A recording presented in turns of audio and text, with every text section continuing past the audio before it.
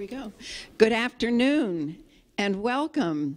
I was just saying to Uni, you know, this agreement is something that has been, I think, a long time germinating. It's something you all, the FGCU people, wanted to do, and it's something we needed to do in the Lee County School District. But now we have leadership in both institutions that are really committed to public education, K-21, and so I'm just delighted to invite you here for this signing, and I will turn this over to, I guess I should introduce Uni. You are the department chair for the Department of Education. Dean of College of Education. Dean of College of Education. Dr. Mike Martin and Robbie Repsdorf. Board Chair, Vice Chair, FGCU, Dr. Adkins, Superintendent, and Dr. Wanda Creel, Academic Chief, Lee County School District. And I guess I will turn this over to Mrs. Repsdorf. Yes. Great. Thank you. Well, good afternoon, everyone. And Blake sends his regards. That's what vice chairs do. They're right here. And I was kind of hoping he might be busy today because, as you all know, I have a strong passion for the Lee County Public School education, equal to that of FGCU. So I am just delighted to be here today on behalf of the Florida Gulf Coast University Board of Trustees. And I'm delighted to be a part of today's ceremony so that this ceremony is both going to recognize and celebrate this important relationship between Lee County Public Schools and the university. You know, FGCU has long embraced its mission and its responsibility to reach out to our designated service area, and our designated is the Lee, Charlotte, Collier, Glades, and Hendry counties. But tagging with Mike Martin here, it goes way beyond that. Let me assure you it does. So FGCU definitely recognizes that education, it is a lifelong endeavor, and it truly starts with students and their teachers, long before students ever step foot on a university campus or a campus of higher education at all. Students entering FGCU and other universities, as well as Florida Southwestern and other state community colleges, state and community colleges, they bring with them a degree of preparedness that they received in what we all know now. They received that from pre-K. They receive it kindergarten, elementary, middle, and high school. Frankly, as we all know, some are more prepared than others.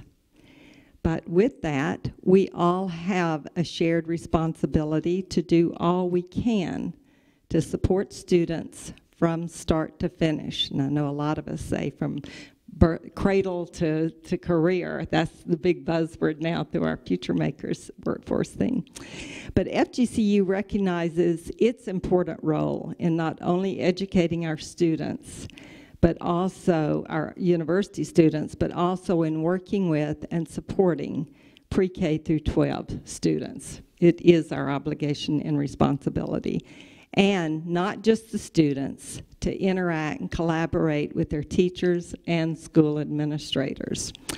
It's exciting, though, that this MOU is to finalize a partnership. We've all tried to work together, but now it's truly official, having this MOU, partnership between the Lee County Public Schools and FGCU, because it shows our shared pursuit for innovative best practices.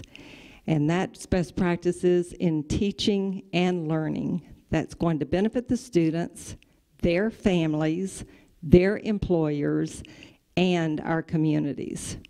Now, we can all learn a lot from each other, and for the sake of the students, we should be learning a lot from each other.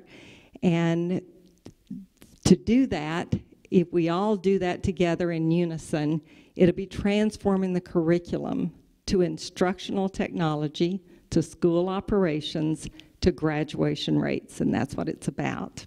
So today, on behalf of the Board of Trustees, I say let's recommit our focus, our energy, and our efforts as the FGCU's College of Education and the Lee County Public Schools seek new and enhanced collaboration that has at its heart the success of all of our students. It's critical to them, and it's critical to us. So thank you all very much for allowing me to be a part of this ceremony.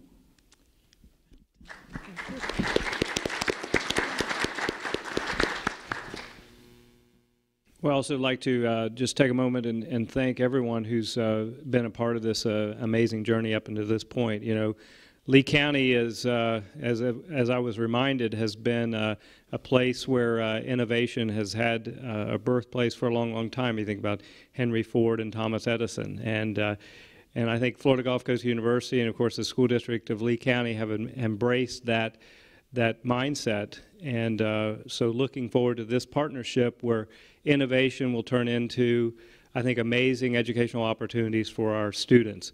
You know, this is truly a collaborative and community effort. So I need to thank both the Board of Trustees from Florida Gulf Coast University and our fantastic dynamic school board for helping bring this to fruition. We also are receiving help from our local delegation. I know that Senator Benaquisto's office is represented here today, and also our Foundation for Our Own Lee County Public Schools. I want to thank Dr. Martin and Dr. Hyen for agreeing to enter this partnership with us, and also Dr. Creel for her visionary leadership as well, because I know that the team is in good hands, and what we will put together will be a benefit to not only just the students today, but also the students for years to come. Not just in Lee County, not just in the 5-county region, but I think this is going to have an impact statewide, and I think ultimately nationally in terms of the colleges of education and what it does for students in the classroom, pre-K, clear up through college and university. So it's really exciting to be a part of this amazing initiative. So thank you.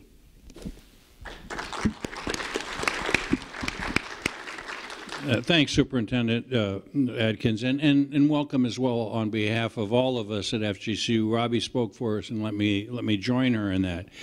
As some of you may know, there was a time in my life when I was a regional economist.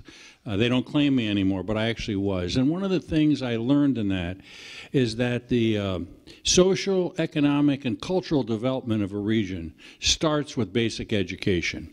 If you don't get that right, nothing else will follow, in all candor. I know how much that means to the citizens, not just of Lee County, but of Southwest Florida, that we continue to push the envelope, so to speak, on cultural, social, and economic development. And that's why, as your region's university, we are committed to be a partner in continually improving the learning environment and the teaching capabilities of our teachers, not just in Lee County, but across the region. Robbie said, what did you say, pre-K to career? I believe that education is pre-K to death. And we need to make sure we launch the beginning of that as successfully as we possibly can. So this partnership is fundamental to who we are. And for that reason, I'm delighted to be here to participate in it. My colleagues here know that my job is primarily as cheerleader for the people who do the good things that happen at a university. I jokingly, not so jokingly, tell people that I'm a graduate of the Tom Sawyer School of Management. I seek to get someone else to paint the fence. And we've got many good fence painters here to make this happen. But the objective is clear. The objective is to continually learn how we can help our children throughout their time learn, and to seek best practices, to create best practices, to share those wherever we can so that we can create an educational system that gives every child, when they begin their educational process in pre-K, the best possible opportunity to have an education that will give them a satisfying and prosperous life. It's a simple but powerful objective, and this is central to that commitment.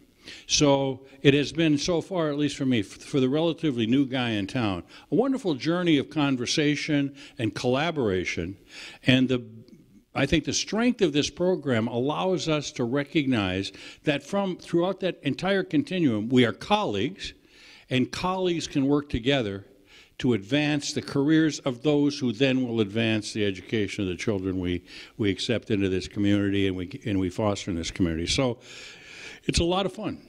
And I simply want to say as well that our board, and Robbie has been a leader of that board for a long time, though she's just a child. But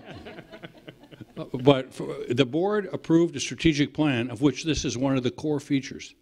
So it isn't just that we're doing this sort of without the full blessing of our board and in turn the Board of Governors. This is now fundamental to our plan going forward, and I'm delighted to see this part of it becoming implemented. So thank you all for participating.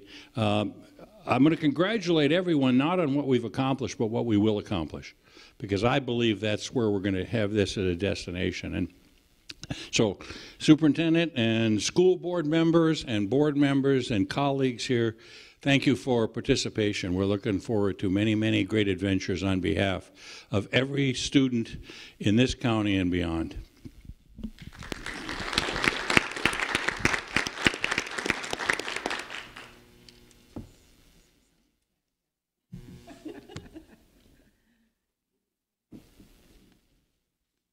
Is this the signing time? Oh, good. All right. I put my glasses back on to see what I'm doing here.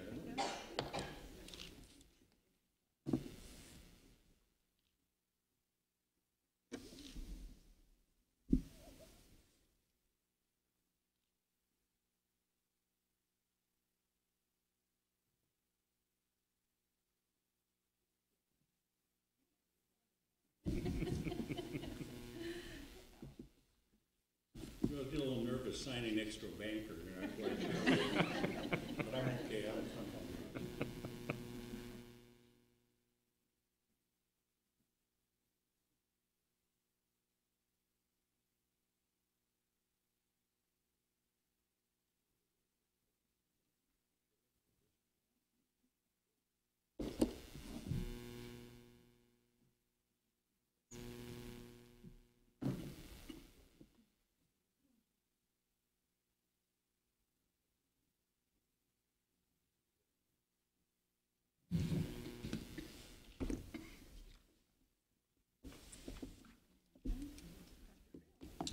I applaud the pioneer that are moving forward with the School District of Lee County and the FGCU in the work that we are doing, and I appreciate all of the endeavors that have been a part of this, because I know that this is not the culmination of just a few months, that this is the culmination of many years, and we look forward to what this can provide for us in the years to come.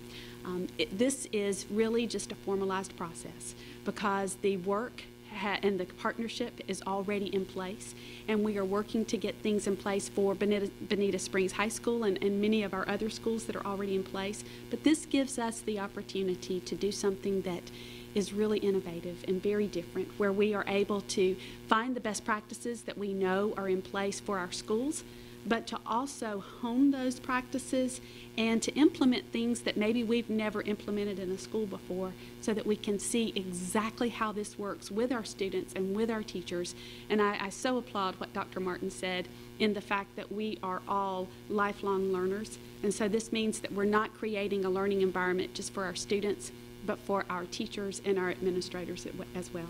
So we look forward to the outcome of what this will be for years to come, for not only the School District of Lee County and FGCU, but really for our region and our state as well.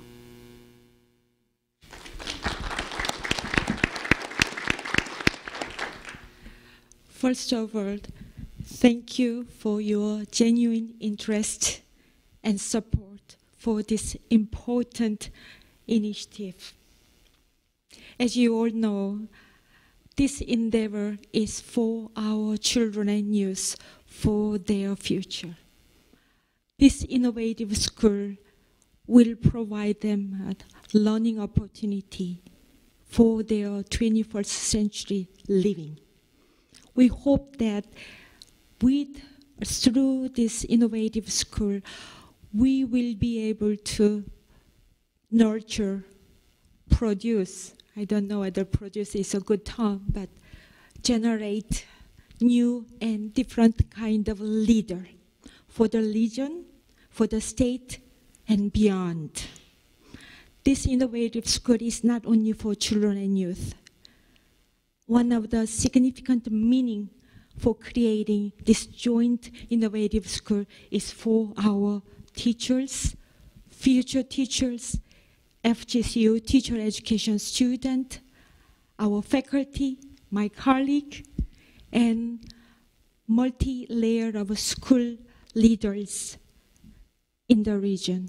We hope to see our research-based practice for professional development through our continuous improvement will demonstrate as a transformative model school, nationally, regionally, globally recognized what we do. We hope that our narrative become part of public discourse.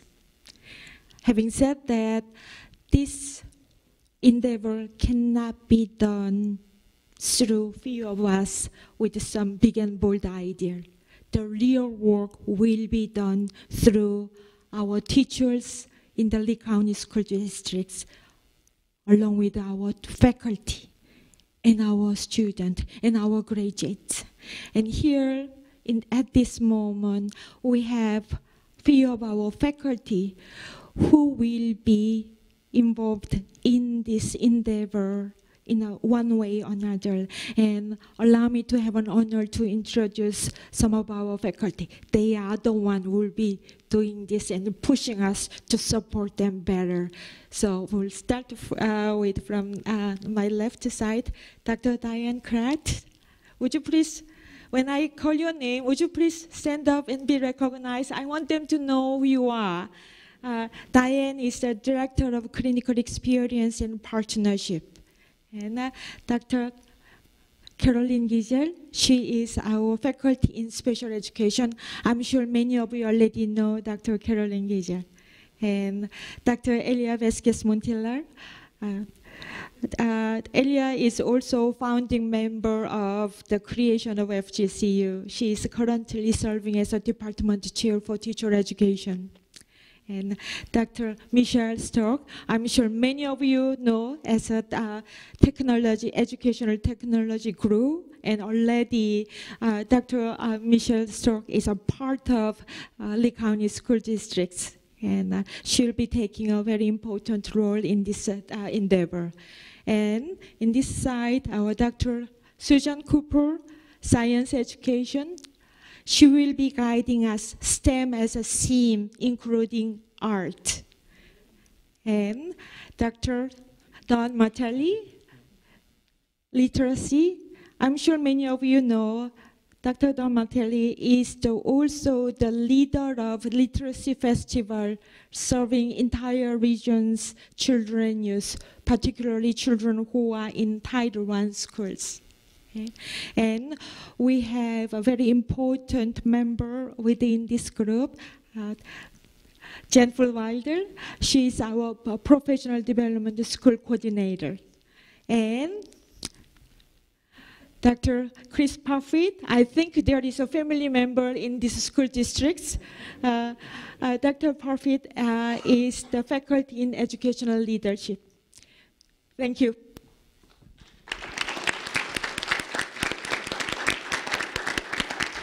Did I miss anyone? I hope not. I missed Robert Kenny? Sorry. Right, you are for, oh, I'm sorry. Okay, I think his outfit color is blended with those chairs, that's why. Okay, I think he needed that individual moment to shine. Dr. Robert Kenny is a actually chair of our graduate programs. He's also the full professor in educational technology. Dr. Kenny has not only the regional reputation, but he is nationally known leader in educational technology. Thank you. Thank you all for coming. You know that we need to change the paradigm for teaching and learning in the 21st century. And what you see right here is the future of teaching and learning in the United States. This is a pioneer group. It's a pioneer effort. And the school board and I are very excited to be a part of it. So thank you all for being here.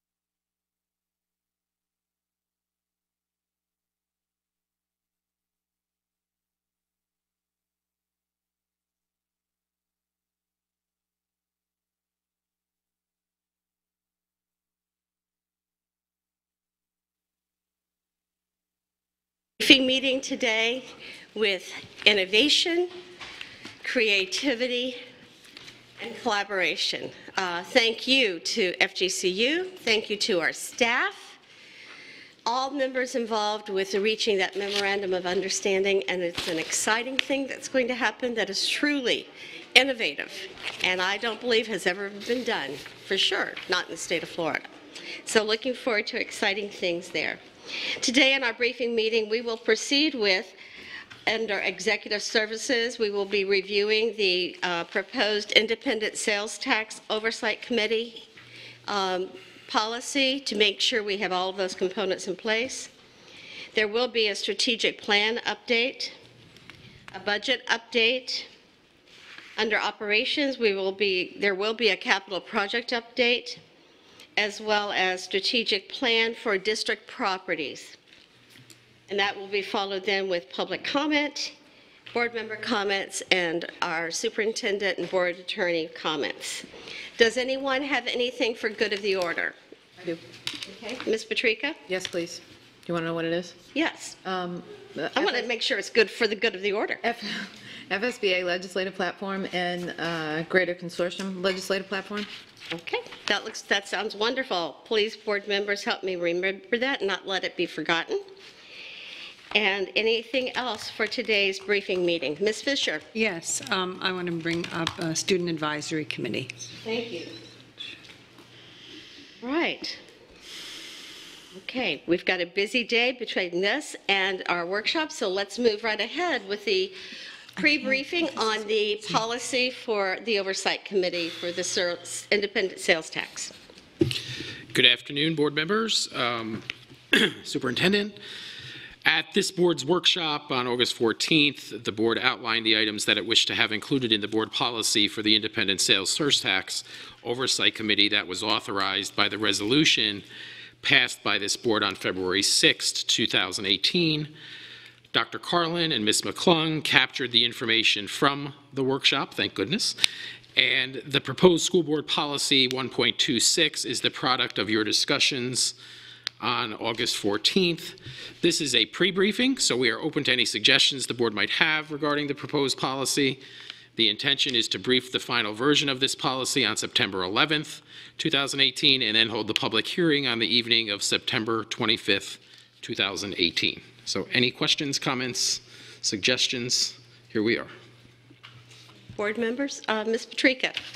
Page 3A, it's at the, I'm sorry, item 3A, it's at the very top of page 2. Should the word reasonable be replaced with every? So instead of reasonable efforts, should we as a board make every effort to appoint people with a financial background and to reflect the diversity, both geographic, ethnic, of the people living in Lee County? I hope so. Yeah. Yes, when I think of that wording, it does make sense. Every effort. Anyone else? Because we had to get board dogs. Consensus on that? Yep. Okay. Every effort. And I have two more things, if I may. And this is more of a general question than a policy thing. Are we going to have a section of our website devoted just to this committee? In looking at other oversight committees across the state, typically the organization that has the committee, whether it's a town or a county or a school district, has a page devoted just to that. So you can see when upcoming meetings are. And the other thing I'd like to discuss is the possibility of having these meetings videotaped. Because if you look at 4C, and I don't know exactly what page that one is on. 2. Thank you, page 2. If you look at 4C, when I'm out in the public talking to them, educating them about the half-penny sales tax, I tell them this oversight committee will report directly to you, the taxpayers. They're not going to report to the school district. They're not going to report to the school board. Right. But if you look at the language in that paragraph, it says that they're reporting to the school board. Yeah. And I don't know that there's any way for us to have them report directly to the public. But if we include language in there that indicates the board is to be used as a conduit to get the information to the public, and to include videotaping and a website, that might be helpful. Mr. Toiber. Well, and to that end, you know, one of the things that we had talked about, and I maybe I'm speaking out of turn, but when I speak to the public, I say, that we're going to do what we say what we do, and that quarterly we're going to get a full page ad in the news press and print it in the news press. I think we need to put that type of, that ties to the exact mechanism, but that there will be a quarterly published report that is to the public, and that we put it in policy so that's mandated, so that who they report to, the reporting, they want to see, what did you do? Did you say what you did? Did you do what you said? And I think that by putting that requirement right into policy, we put it in there. And I would even support going as far as saying that we're going to quarterly put in a full page ad in the news press, and be that specific, so that people know this is where it is. You want to know every quarter there's going to be on the Sunday, of the first of each quarter, we're going to show exactly where that money was spent. I think Dr. Kuckel and then Ms. Fisher. I have a question about that. The policy says that they will meet at least every semester. So that's twice a year. So maybe we should make it a biannual. Right. Is it biannual? Is that every other year, which is semi-annual? Semi-annual. Semi-annual report in conjunction with their meetings. And in response to your other question, I feel they should report to the board. We are responsible for making sure that happens. So I feel they should report to us with transparency to the whole community in some way. And through the newspaper is a good way to do it. A half-page ad is well worth it, so that everybody sees what the expenditures have been, and it's a very transparent. But I feel they need to report to us, because we're the ones that ultimately approve or not approve the expenditures, if that makes sense. Ms. Fisher? So basically, that's exactly what I was going to say. As the elected representatives to the public, whatever the vehicle for reporting is, it should come through the board to the public, because we answer to the public. Yeah. Ms. Morgan? And I'm reluctant to write into policy how we will do it. I think we need to make a statement to the effect that we will be transparent and use multimedia to communicate with the public. The news press may not be here 10 years from now. Yeah. I mean, I just... Not specific, but just a time, the semi-annual, like as Dr. Kuckel had mentioned. Yeah. Then my last issue was the 2 times per year, because I looked at other oversight committees across the state, and I couldn't find, it wasn't an exhaustive search, but everything I found was either monthly or quarterly. So I would feel more comfortable with quarterly meetings of this committee than biannual or semester by semester. I just feel like that's more transparent, gives them a better opportunity to identify any issues early rather than late. That would be my other suggestion for change. Thoughts? If I may, I think that was discussed in the workshop, and I think the thought was that things aren't going to, in the construction world and that world, things don't move that fast. So requiring them to meet every 3 months might be too often. And historically, our Board Advisory Committee's attendance has been sometimes an issue. So if they meet twice a year, there's a possibility we'll have more folks there, and they'll have more to discuss twice a year. So I think that was the discussion. Obviously, I'm not weighing in. It's the board's pleasure. But I think that I recall that conversation. So. Thoughts from the board with regard to preference? Dr. Atkins? Dr. No, the feedback that he's given you is what I've heard as well. Okay. Since right now it is saying the semi-annual aspect, how many in general thumbs up are fine with keeping it semi-annual? Based upon what you heard from Mr. Brody, is that make sense? I mean, I hear what you're saying, Yeah. but objectively looking at other oversight committees across the state, it was either monthly or quarterly. I didn't see any. Okay. I didn't see any biannual.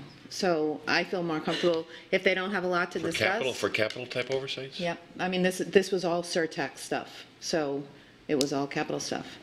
And again, some of it was municipalities, some of it was county, and some of it was school districts, but I didn't find any twice-a-year stuff. Ms. Fisher? Yeah, so don't we at least quarterly get a budget update, a briefing to the board? And at that time, then some of the capital activities and expenditures are reported to us. So depending on what what was addressed during that period of time, there's bound to be something. So maybe quarterly would be a better way to go, only because then the transparency is consistent and the public is hearing from us as we're hearing from our staff about what has been accomplished. Okay, Ms. Morgan? No, I'm still thinking. I kind of tend, I wasn't initially thinking the twice a year, but I'm with Chris because I think that only twice a year is not, I don't think it's enough to, and I think once they have the meetings, they'll know more, but I'm concerned that initially it might be longer meetings. You don't want to have 2-hour meetings, so if you have them, hopefully they'll be hour meetings shorter every 3 months, I think is, I'm thinking of the time. I don't really, thinking that. She's right. Dr. Coco, thoughts, and then Ms. Morgan. Well, actually, that maybe is a thought, because when you think of all these different categories reporting out on all of those categories and all of the projects, which they really need to do at that kind of a setting, maybe I think quarterly might be a little more comprehensive. Ms. Morgan? Yeah, and I think from a transparency point of view, the public, at least initially, is going to expect to hear quarterly. We may not, it may not be necessary going further out, but I think it should be written into the policy that they will. Public should know that they would be expected to review it quarterly, what's transpiring. So I'll go with the quarterly. Mr. Teuber? I concur with the arguments. So then pretty much we're in agreement, quarterly. Okay, can I ask a question specifically about that? The language currently says at least once per semester of the academic year, so as to, I think, avoid summer in some respects. So should it say twice per semester of the academic year, or do you want it to say quarterly? I would say on a calendar basis. Okay. Too. Okay. Because you're doing work all summer. Right, okay. Nothing to do with. A lot more of it in the summer. We have a lot more people here in our school district that work year-round that people don't, the public may not realize, but we sure do. So okay. Our construction is definitely one of them. Yeah, and that's actually when it's going to be very busy. A lot of things will be, we do a lot of work during the summer, rehabs and stuff, refurbishing, so. And another point of clarification, this published report will be in the media, multimedia, I guess is the wording we want to use. We don't want to say a newspaper of general circulation, correct? Various forms of media, maybe. Okay. And I think, per Chris's comment, on the website. Absolutely. Yes. Oh, Yeah. yes. Okay. Website, and is there consensus that the meeting that's presented to you all, to the board, it will be broadcast? Correct. Okay. Yes. Just want to make sure. Okay, thank you. Madam Chair, I just have one point of clarification, if I may. Good afternoon, board members. Just a quick clarification. I heard some discussion about reporting to the board, reporting to the community, publishing to the community. Help us with the language on that. Would you like to see reporting to the board and to the community? Would you like it reporting to the board with a report published quarterly to the community? We just want a little bit more direction on that, please. I think we're reporting to the board, like you said, as a conduit to the community. Right, and then I'd like that kind of language in there because they have to report to us. I mean, there is no other way for a committee to report directly to the public, but the point is, we're really just a conduit. They're giving it to us, but we're giving it directly to the community. Did you say report to the board and shared with the community? Yeah, as a conduit too, yeah. Okay, thank you for the clarification. Okay. Anything further?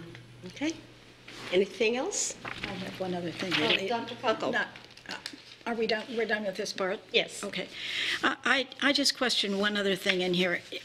There are 4 categories of the kinds of expenditures that we'll have. And some of them have some very specific things in and some don't. And as I was thinking through that, as times change, there are different priorities for capital expenditures. So in paragraph 2 on the first page, where it says, down on number 17, I believe, the committee oversees the use of sales tax revenues in accordance with Exhibit A. I think I would be more comfortable with in accordance with the intent of the 4 major categories noted in Exhibit A, because look at all the changes that take place on a daily basis for us. As populations change, we need to be able to make decisions of different schools maybe than we had thought originally. And so I'm thinking we should maybe focus on the intent of the 4 categories rather the specifics under the categories, and maybe with the exceptions of the schools that are already that we already know we have a need for. But you know, safety and security changes over a period of time, and educational facilities and future technology, big changes in technology on almost a daily basis. Especially in 10 years. So I just think we ought to not tie ourselves into something where a couple of years down the road we say, well, that's obsolete. Ms. Patrica. Exhibit A is the project list, right? Yes. So don't any changes to the project list have to be approved by the board? Yes. And so then the Exhibit A would change anyways, right? Correct. So I think that encompasses that. And that language is verbatim from the resolution this board approved. That's Yeah, we why it can't- reads that way. Okay, so that's already in. So we're okay. We're, okay, already approved, all right. Hey, one other clarification to tag on to what Mr. Dodig just talked about. If you look at the very bottom of Exhibit A, there is some language that speaks to the fact that this is our best thought sitting here today. We understand that the environment, the landscape may change, and we understand that there may be some modifications based on, but we will be sticking with those 4 categories. That is our intention today, certainly. Good, I didn't catch that down there. Thanks. Okay, anyone else? All right, looks like you've got Thank you. all the tools that you need to move forward. Okay, next, strategic plan update. Okay, as Ms. McClung is making her way forward, we were going to brief the strategic plan. This is, we do have a very tight briefing meeting today, so they're going to move through this very quickly. I just want to let the board know that if it is the board's desire, our plan would be to brief the board on this today, and with the opportunity to come back if there needs to be more discussion on the board in a workshop format.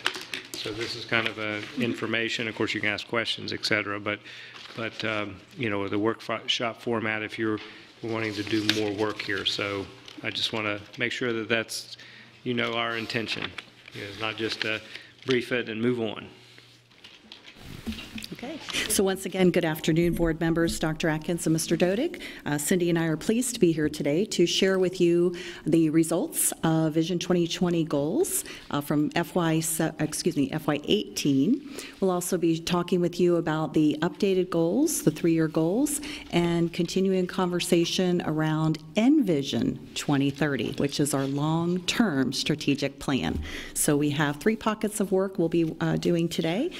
I know that you've had an opportunity to review the backup that was provided in the 3 sections that I just spoke about, one being results, and then the next being the 3-year goals as well as the Envision 2030.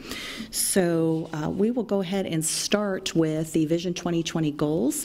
So as you can see in front of you and also in your backup, there were results that were provided. If you take a look at the color coding, you will see that we had goals that were met. We had in green, we had yellow, where there were goals that we made progress on. Certainly some stretch goals there. We may not have quite hit the target. And then red being the areas where, a couple of areas where we fell a little bit short on those stretch goals. And I do believe blue is exceeded the target. So we wanted to give ourselves that opportunity to celebrate a little bit extra with you today. So I know that you've had the opportunity to review those results, and we will entertain questions on the results at this time.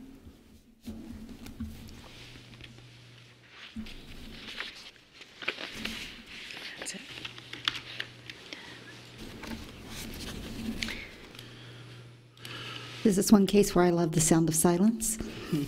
I don't see any hands. I don't hear anyone saying, please, me. So I guess no questions regarding that. I'll ask one. Oh, Ms. Morgan. Yes, ma'am. So,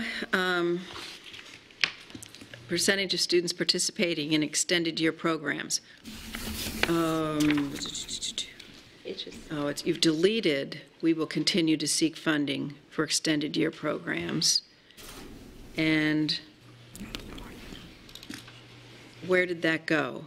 What number is that? Oh, I'm sorry, so this is On target page- 6. Okay, It's on thank you. page That's two. what I was like, Page what's the number? Yeah. Got it. 6 right there. Okay, you'll see that there was quite a decrease from last year, and that was due to a decrease in funding we had in our title programs. So our schools did not have the funding to offer as many of those extended day programs as they did in the past. Bless you. Bless you. Obviously, they will continue to offer the 5th quarter wherever possible. Other extended day programs, our 3rd grade camps, our science camps, when possible. As we roll into Envision 2030, you'll see that many of these things have become what we're calling related measures, which means they're not dropping off the face of the earth, but we will still be monitoring those in a different way. They just aren't quite at the level of strategic planning. Okay, so I guess that's my question. Where is this now? It would be something that academic services would be monitoring as they, every year they keep track of which schools are offering those extended day programs, and they would still be doing that. It's just, it would fall under the proficiency goals. How is the importance of that particular target less than percentage of students graduating or percentage of students with out-of-school suspensions? I mean, I'm just trying to understand the degree of importance assigned to these various targets and what's Weighted. We met with every one of our chiefs, over time. We tried to look at what are those things that we're really putting an emphasis on, and proficiency right now is one of our big areas of emphasis. So as you see those 2030 goals, you'll see that there's a lot of emphasis around proficiency. At the same time, we know that the ABCs, that behavior is also one of our areas of emphasis, so we wanted to keep that in there. And then obviously the classroom behaviors and attendance and classroom performance. So we tried to narrow the number of goals at this high strategic level, and then those will, the ones that dropped off at this level will go into department improvement plans. So people will still be monitoring them. We just wanted to place the importance on a couple of those areas of the ABCs. I guess my question is that I see effectively year-round schooling is one of our best chances of hitting some of these other targets. And to me, when I look at extended school, I think that's important, and I think even more important is the funding for extended year programs. That needs to be a target for community partnerships. I feel very, very strongly that we need to express a commitment to effectively creating year-round programs for those kids who need to catch up. So, yeah, I'll stop there. And I'm going to ask a question to Dr. Atkins and to whoever. When I look at this, what I see is that, and what I know is much of those extended year programs were funded through Title I monies. And because the state has made a difference, a change in how those monies are allocated, we're seeing a significant decrease. So for us, the hardest part is the staffing, is paying for the staffing component. It's money. It's money. It's big money. And so the question is, if we were to try to generate that money elsewhere, what dollars might we be looking at? Is that? To your point, and I'm sorry to interrupt, but so we're saying in effect, because we no longer have a pool of money from one source, Yes. this is no longer an important target. Yes. And that's what I'm struggling with then. Well, let me give another take on it. I don't think we are at all opposed to leaving that alone as it is. I mean, I believe as strongly in extended day, extended year programs as anyone. So again, keeping it there, we're absolutely fine with. One of the things that the board has asked for that we're going to bring to you at I'm not sure if it's the next one or the following one, but we're going to look at fifth quarter and extended day programs and the return on investment for those programs. So that's coming to you in a workshop or a briefing. We just talked about it in Cabinet today, and I think that was a request I believe Mrs. Morgan had made. So that's scheduled, and we can have a really good, robust conversation around this particular item. In addition to that, I also want to say we have Kaylee on staff, and she has been working with trying to get funding for some of our summer programs. You know, of course, the SOS program is a program we're committed to, but we're also working with our community partners to try to provide funding for that so it's actually standalone and it's not as dependent on district resources. And that's just one of many examples that what we're trying to do to extend opportunities for kids beyond the 180 days of the school year. Thank you. There is also an initiative or a goal in Envision 2030 that's specific to devoting more external resources to operational and capital projects. So again, we're perfectly happy to leave this in there if that's the will of the board, and we'll work on developing some specific strategies around that. Mr. Toiver? And again, to Ms. LaRiviere's point and Ms. Morgan's point, this gets exacerbated because the Title I, our federal dollars, is now going, instead of from the federal to us, it's going the federal through the state. Is it something this board wants to look at? You know, we've never been, and I've never been a huge advocate of advocating at the federal level because we really didn't have, you know, it's at what point, you know, to what end, and it would seem like it was really much more prudent for us to go through Tallahassee and work at the state level. But this particular item, in its focus and its you know, with its specific objective to actually use our, you know, Representative Rooney and actually use our federal people to say, look, it's federal dollars. The federal government can just say, just make it so the state can't touch it, and it comes back to us and not have to go to them, to their wisdom to figure out how to be spent. That ends up hurting us. I know Miami had the same issue, that, you know, all the gains that they saw in Miami got circumvented when the Title I dollar switched. So is it something this board might want to discuss, is do we want to, you know, to put a little bit more emphasis and focus on a federal lobbyist effort to engage for this one specific instance to see if we can get legislation change directed right at Washington to move the money directly to us? And that is something that we talked about last year with Representative Rooney, and it is on the FSBA federal platform for this year, assuming, you know, we agree with that. Okay. And it will be something that I would think we would discuss again with him. Okay. Yeah. Just an interjection, a few years ago when they were revamping and developing Every Student Succeeds Act, I was in Washington and we were discussing this, and I spoke with different senators and representatives and also within the DOE at that time, and I said, there's just one problem. It doesn't say what local means. And I said, this is not going to go, is this going to go directly to the school districts? And they said, oh yes. And I said, not in the state of Florida. And lo and behold, we're one of the few states that it's not going directly to the districts. He was shocked when he found out that the state had made that change. He was not in favor of it. So that's definitely someplace where I think we could get some traction. Yeah, he can make it happen. Yeah. Okay, so thank you. So we have made some notes here based on the direction that we've been provided. Are there any additional comments or questions related to results? And then we just want to take you through an opportunity to ask questions about Envision 2030 as well as any of the 3-year goals. So I'm thinking with the 6 questions I have and all the notes that I made on these results that maybe we should schedule a workshop because we are tight on time. But I have questions about why other items were removed and some of the explanations in there don't make sense to me. So should I just hold off and do that at a workshop? Can you give them to us in a memo and ahead of time so we can actually Absolutely. help us? Yeah. Great, thank you. Okay. So is it the pleasure of the board to continue more discussion at a workshop because we are up against time, or would you like to continue some other conversation at this time? We're going to move on to Envision 2030 and then Let me switch over for you real quickly here.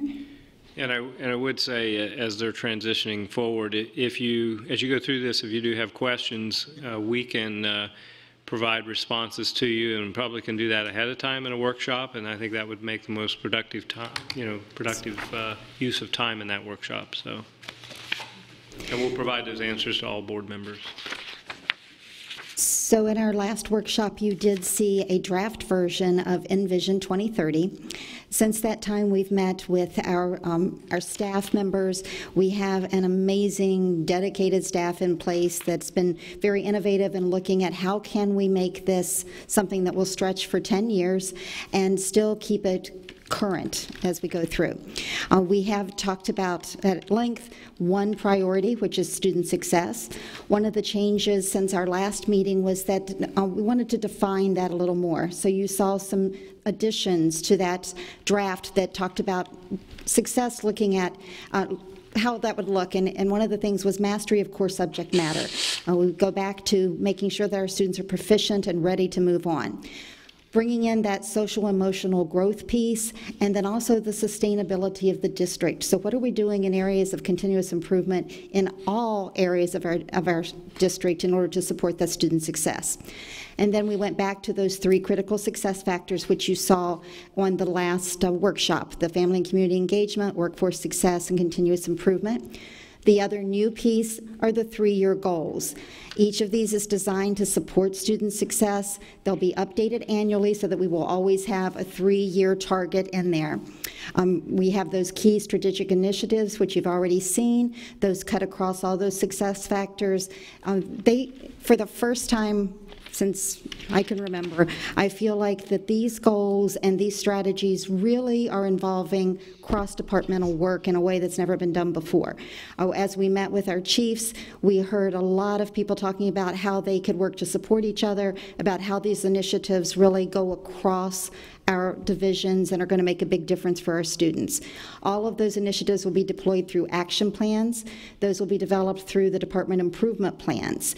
So those will start later this month. We have a training to talk about once we have a definitive strategic plan, then we'll make sure that every one of those goals is enveloped in one of the department improvement plans. Okay, so any questions that you may have around those?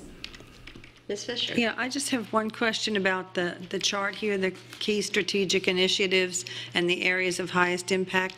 Could you define for me workforce success? Workforce success is talking about our district workforce. It's looking at our human resource area. It's looking at all of our employees in our schools and our district and how we work with their success and how their success translates into student success. Thank you. You're welcome. Ms. Morgan? Okay, yes, so under what is success, or, I'm looking at what you sent us before. Social emotional growth. I don't see anything about foundational skills in success. And I think that the community is really looking at foundationals, the soft skills, which some are now calling the foundational skills. So I'm looking for that. Yes. And then under success factors, you do talk about workforce success. Where is the business community in success factors in this? Right. As we look across the community engagement piece, our business community is included in there. And as you look across some of those initiatives, you'll see there are some partnership discussions in there and also internship opportunities for students, but we can certainly make those more evident. I think it needs to be more evident. Okay. Because anybody stopping there would believe that we're not doing anything. One One important point that I want to emphasize, and Ms. Morgan, thank you for the foundational skills. That was an excellent catch. One very important component of this is we now want to turn this over to our teams to develop action plans, and that's where you'll start to see some of those details become evident, and then we can certainly make those available to the board. It's very important to us. We want to make sure that your wishes are honored. We also want to make sure that our teams are having those opportunities to dig into those action plans, to develop the way in which to get, for example, to proficiency. So if we want children to be better readers, what is it going to take? And then to have a series of action steps that take us there. So if that helps to contextualize it a little bit, this is not the end game. Certainly we know that this is the high level work, and then we'll turn it over to our teams to dig into those details and say, all right, here's where we are with proficiency in ELA. How do we move to that next giant step? And these are the steps to get there.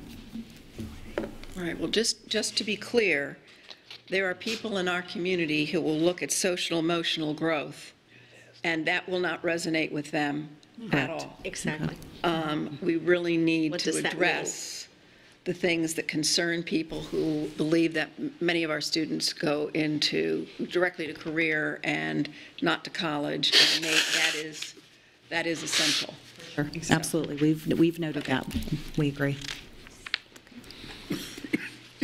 I just want to, I want to make sure I understand. So you're wanting, and I agree, more detailed components like than what's on page 3? All I'm saying is I would love to see, with the board's concurrence, just the two words foundational skills included somehow under social emotional growth. And maybe we don't call it social emotional growth. Maybe we just call it some kind of growth that is encompassing of all three. Yes. So when we look here, support extend beyond the classroom through business internships and other community partnerships, which will provide our students with opportunities to utilize and further develop the executive skills they need in order to be successful members of our future workforce. So in that area, you want to refine that a little bit to look at those foundational skills? No, see, we need to be doing that in the schools. We do not need to be dependent on and suggest to the business community that it's their responsibility. I mean, that's how I read this. The support will extend beyond the classroom. I understand what you're saying. Okay. Right. Needs to be beyond that, yes. So it shows what we're doing in the schools before they leave. Thank you. Okay. We know we're up against a time here. We understand also we're going to be continuing some conversation in a workshop perhaps. So if there are any other questions, we'll take those. And if not, we will reconvene in a workshop. Okay. Workshop. Workshop. Dr. Kuckel. Just have one thought. Under 3 critical success factors, workforce success, that is, success is such a broad term. And so I won't do that now, but I want you to think about something that would lead us to know that the processes and practices lead to continuous improvement. There has to be a term out there that is more directed toward the bottom dot, which is continuous improvement. Okay, thank you. Thank you very much. Thank you. As our next set of staff comes up, can I ask a question? On our old briefing agendas, we used to have the amount of time that we expected to have, and I don't see that in here. Am I missing it? No. It's not in there. We can have that? I was wondering the same thing. We'll ask Jen. Okay, thank you. Yes. Allotment. Even if we could even potentially even put it in a title if we had to. I was looking for the same thing because I knew what the time was on this in my head, but I didn't have it on here. Just as we're transitioning, I will say on the topic of foundational skills, I had a conversation with John Boland recently, and I think both of us are a little tired of serving on committees and talking about this and not really getting anything done. So we've agreed to meet, and we're going to figure out a way to actually make real measurable progress on the soft skills or foundational skills component, because we've heard it again and again and again, and I just don't feel like we've made inroads. So we're going to do just that. So I'll keep you posted on the progress, but and then if we can get it incorporated in a plan, that'll be good as well. Steve's head's going to pop off when I say this, but perhaps proper use of cell phones would be part of the soft skills that we would be wanting to teach our future workforce, and social media and all that kind of stuff. I feel like that needs to be included in any lessons we give to our kids as we send them out into the world. Sorry.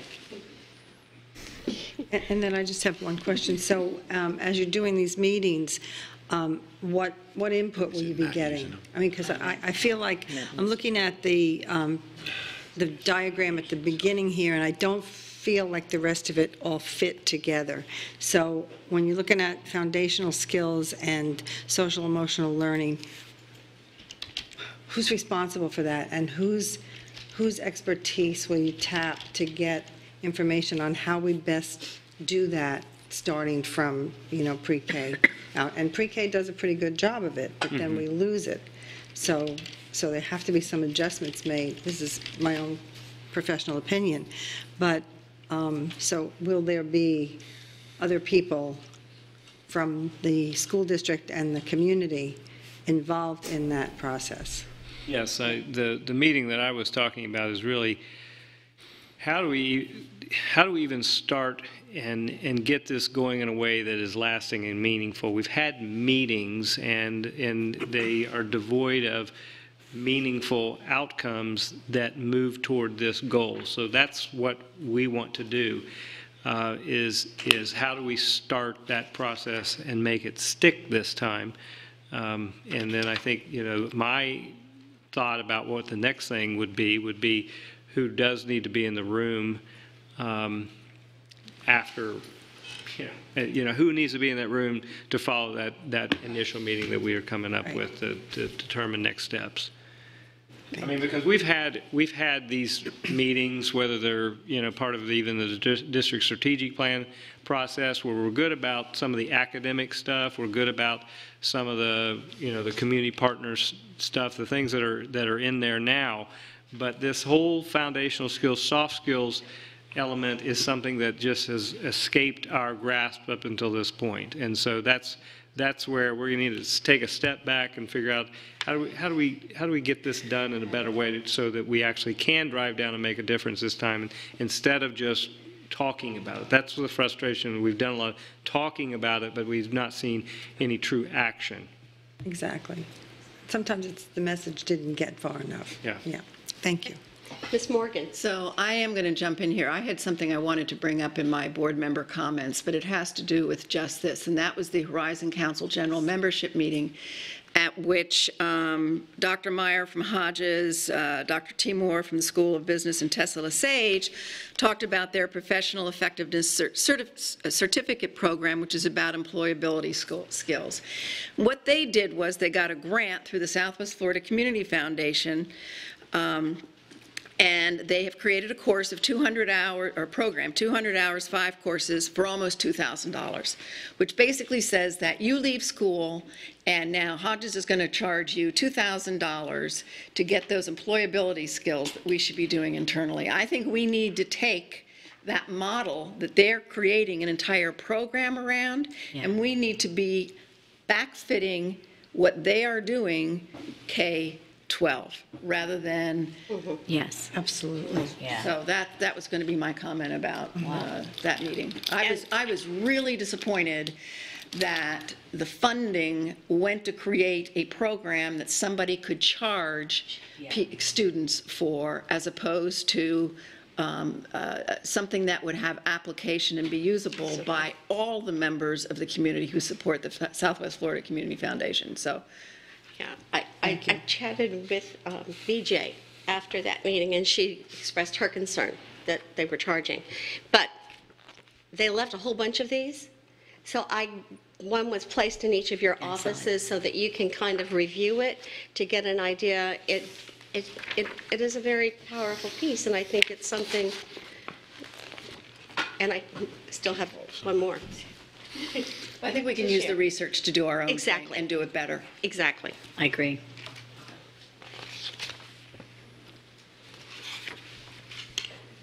Okay, we're ready to transition to the next topic. Thank you. That was a good discussion, and and it'll help us better prepare for the workshop coming up on this topic. The next item, we want to get a budget update, and the importance of this update. We've got a critical meeting coming up on September 11th, where we're going to be coming to you at 5:05 p.m. with a final budget for your approval. So this is very important. I have to say that this is very difficult work that we've had to do this year because of Hurricane Irma and trying to recover from that natural disaster, as well as the frustrating and continued rise of fixed costs, or they're not fixed, they're rising costs, medical costs, insurance costs, cost of construction. Fuel is going up, as Mr. Cody will tell you, and meanwhile the dollars, if you really take out everything that has been put aside for categorical funding, like the mental health initiative, the requirement for safety officers and other requirements in buildings, we really get down to very little for students. I mean, there's been some poking fun about the 47 cents, but if you really look at what is the actual dollar amount that we have to fund growth and pay for inflationary costs that are very, very real, we do not have a sufficient budget to do that. So this has been a challenge. And in addition to this, we are surrounded by districts that are, in many cases, compensating their employees very well, which puts us in an extremely competitive environment, making it difficult for us to recruit and retain employees. Although I do want to report Dr. Pruitt has got some great news about retention. We've seen improvement of 2% in that area, so that's pretty dramatic improvement. Having said all that, we have to be better with our budget than I think we have ever had. Even during the recession, we had federal dollars that came down to assist. We do not have that right now, and we have not seen much in the way of insurance and nothing as far as FEMA is concerned. So this is a difficult year. And so having said that, I'll turn it over to Mr. Blurton and Ms. Letcher to take us through. Thank you, Dr. Atkins, and good afternoon, board members and Mr. Dodig. But first things first, guess what day it is? Come on, this is a trademark now, right? No, I can't remember. It's Wednesday. It's hump day. Hump day, yes. It's not every day that we have a board briefings or board meetings on Wednesday, but yesterday was a special day. So just a little levity as we get into everything that Dr. Atkins, as he set this up, the budget going for this next year, fiscal year 19. So this presentation is an update on what we are proposing the final budget will be, and will come before you on September 11th in the hearing for approval. And this presentation is looking at what we proposed to you in the tentative budget at the end of July, in that hearing, to what the final budget is and what the differences in each of the fund balances are. So we'll explain in detail what the difference is, where they're coming from. But overall, it is what is unique to public finance, to school districts in budgeting and their budgets, is you have 2 years open at the same time. So you had FY18 that was open and closing out while we were opening up FY19. So some of these differences are, we see these every year as we go forward from a tentative to a final budget. It's essentially what existing projects, purchase orders, requisitions are still out there under FY18 that will close out, and then ultimately what will carry forward. So these numbers for the final budget represent what is carrying forward, if there's a difference or an amount that's over that. So in the general fund, all the way down through the internal service funds, you see the tentative budget that was adopted of $1.44 billion. The proposed final is $1.48 billion, a difference of almost $41 million. And Kelly will take us through the general fund and explain the difference of of going from tentative to the final budget. So in the general fund, we have an increase by $18 million. I wish I could say that was new revenue coming in, but it's not. $1 million of that is just strictly state grants that have come in throughout from the time we did the tentative till now. So those are always expected, the grants that we do, and these are the state ones, these are not the federal ones. We have we've set up the expenditures are the expectant payouts for Hurricane Irma that we still have remaining of about 9.6. We had not done that before because we didn't know where we were ending the year at.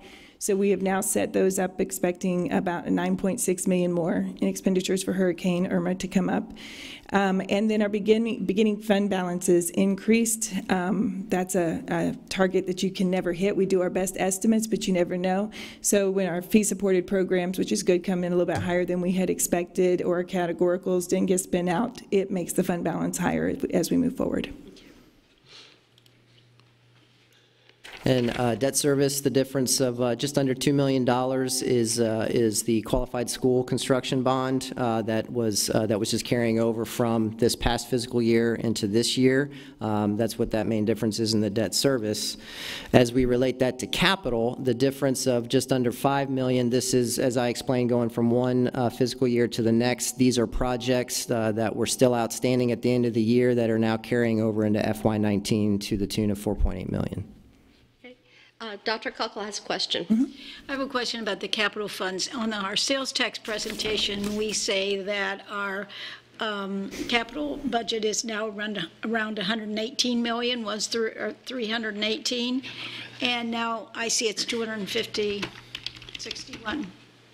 So what's the difference? We're reporting 118. Well, the presentations are actually revenue that are coming in. Coming in locally from the millage. And that's, and again, the other thing about that number is that make sure that when you're speaking to that you're saying that it's the 16-17 revenue coming in, because it's gone up a little bit for 17-18. And now that we've been doing these presentations for so long, we probably need to update that. But that's where that 118 comes from. That's revenue coming in for capital outlay for 16-17. And this one, and you can explain it, but it includes more than just those revenues coming in. Correct. It's also inclusive of, so we also, in our capital fund, we have revenue from our COPS funding. That's considered revenue and then accounted for as debt as well. So that's also in this number, as is any carryover such as this that's coming over year to year from projects. You know, not every capital project is done in 1 year. Sometimes they're 2 years, 3 years, and that's also part of the carryover in each of the years, all inclusive in the $261 million. So if you think about it, if you go back to 2006, 2007, we talk about $318 million in revenue, but the capital budget that year was somewhere around $750 million. And that's because we had, in addition to revenue coming in, you had all those dollars that we were borrowing. Maybe with the new innovative school, we can develop a time machine. No? I think that's great. Okay, sorry. Or a money tree. We can invent a money tree. Be part of our enviro-agricultural programs. There you go. The next one to talk about is the special revenue grants. We're not estimating it, has increased by $12.5 million, and that has to do with the actual grants that we've received, and these are the federal grants. So this would be your IDEA, your Title I, and this is the funding from those that we had projected at certain amounts, and these are the actuals that have come in to date. The next one is our internal services funds, which is our self-insurance health insurance fund and our workers' comp and things. So the self-insurance fund came in with a higher fund balance than we had anticipated. That's good. And then lastly, the food service fund, a difference of $1.8 million. Again, similar theme is for what actually is carrying over from last year into this year, being closed out. And our reserves, the first and foremost, our contingency in the general fund is still at the mandated 3% or $23 million. If you look at the tentative budget that we presented to you in hard copy form and electronic form and what is on our website on page 19, you'll see the detail of our reserves. And as always, in one tentative budget and then is accounted for in the final budget, in the tentative budget, you have reserves for encumbrances and carryover, what you're anticipating. So it is in the revenue in the tentative budget, and it comes out in the final budget. So this is what is coming actually out of FY19 that we are final for FY18. So just to give a little explanation of that too. So we set aside, and I think you all have seen that page and know what we're talking about, we set aside money for reserve for encumbrances and reserve for balances to brought forward. And as we bring those forward, we reduce those reserves. That's how we account for it coming forward so that we have the dollars expected out there, because we try to figure everything that we can that's coming forward. And as those balances came forward, those amounts were reduced. And so it was an expected reduction, but just sometimes people look at it and think it went down 70 million. Well, that's expected. That's why we set it up that way. Any questions? Thank you very much. Thank you. I cannot begin to comprehend the whole entirety of the work you do. It is a team effort. It is a district effort. Just see you on September 11th. Right, it is a district effort. Yeah. Madam Chair, I think operations would like to take item 2 and do that first in their section. They have guests here today. I understand. So when we go into operations, let's go ahead and we will do number 2, the strategic plan for district properties. Thank you.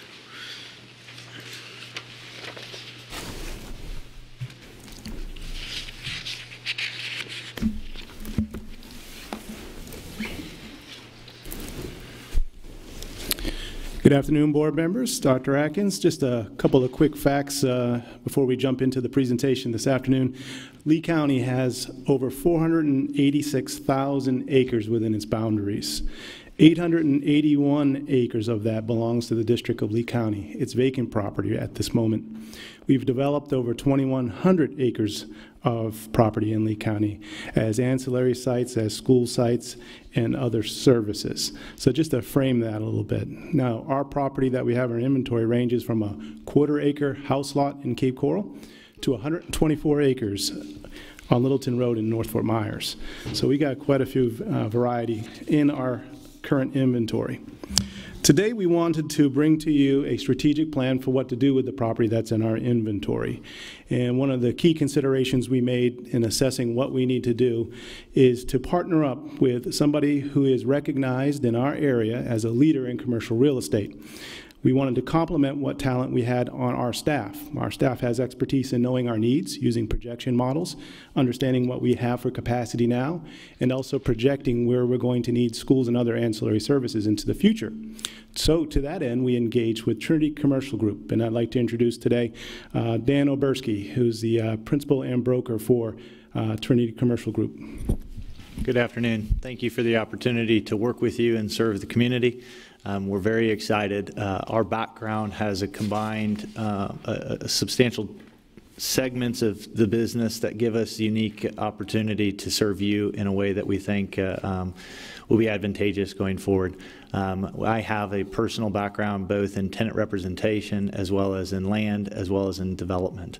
And so our intent is to work in a innovative, a creative, and a market-wise strategy to steward and to be intentional about the properties both that you own and the properties that we may be able to be creative to redeploy or improve upon the deployment of those assets. So thank you very much for the opportunity. As provided, Mark has my contact information, and I will always be available to any of the board members with any questions that you have ever. Yeah, thank you, Dan. And the shared stewardship and vision is definitely the main part of our partnership. And we've already had a lot of synergy between what we as a district needs and what they can provide to us. I just wanted to quickly have Dawn go over some of the rules and regulations that govern our property, what we can do in acquisition and also in sale. So good afternoon, board members, Dr. Atkins and Mr. Dodick. There's board policy, Florida statutes, and SREF are the three authorities to adhere to when we purchase and sell district property. Just a brief overview of each of these. Board policy 9.01 is the policy to follow for purchasing and based on Florida statutes. There is no board policy for disposal of property, but it is in statute.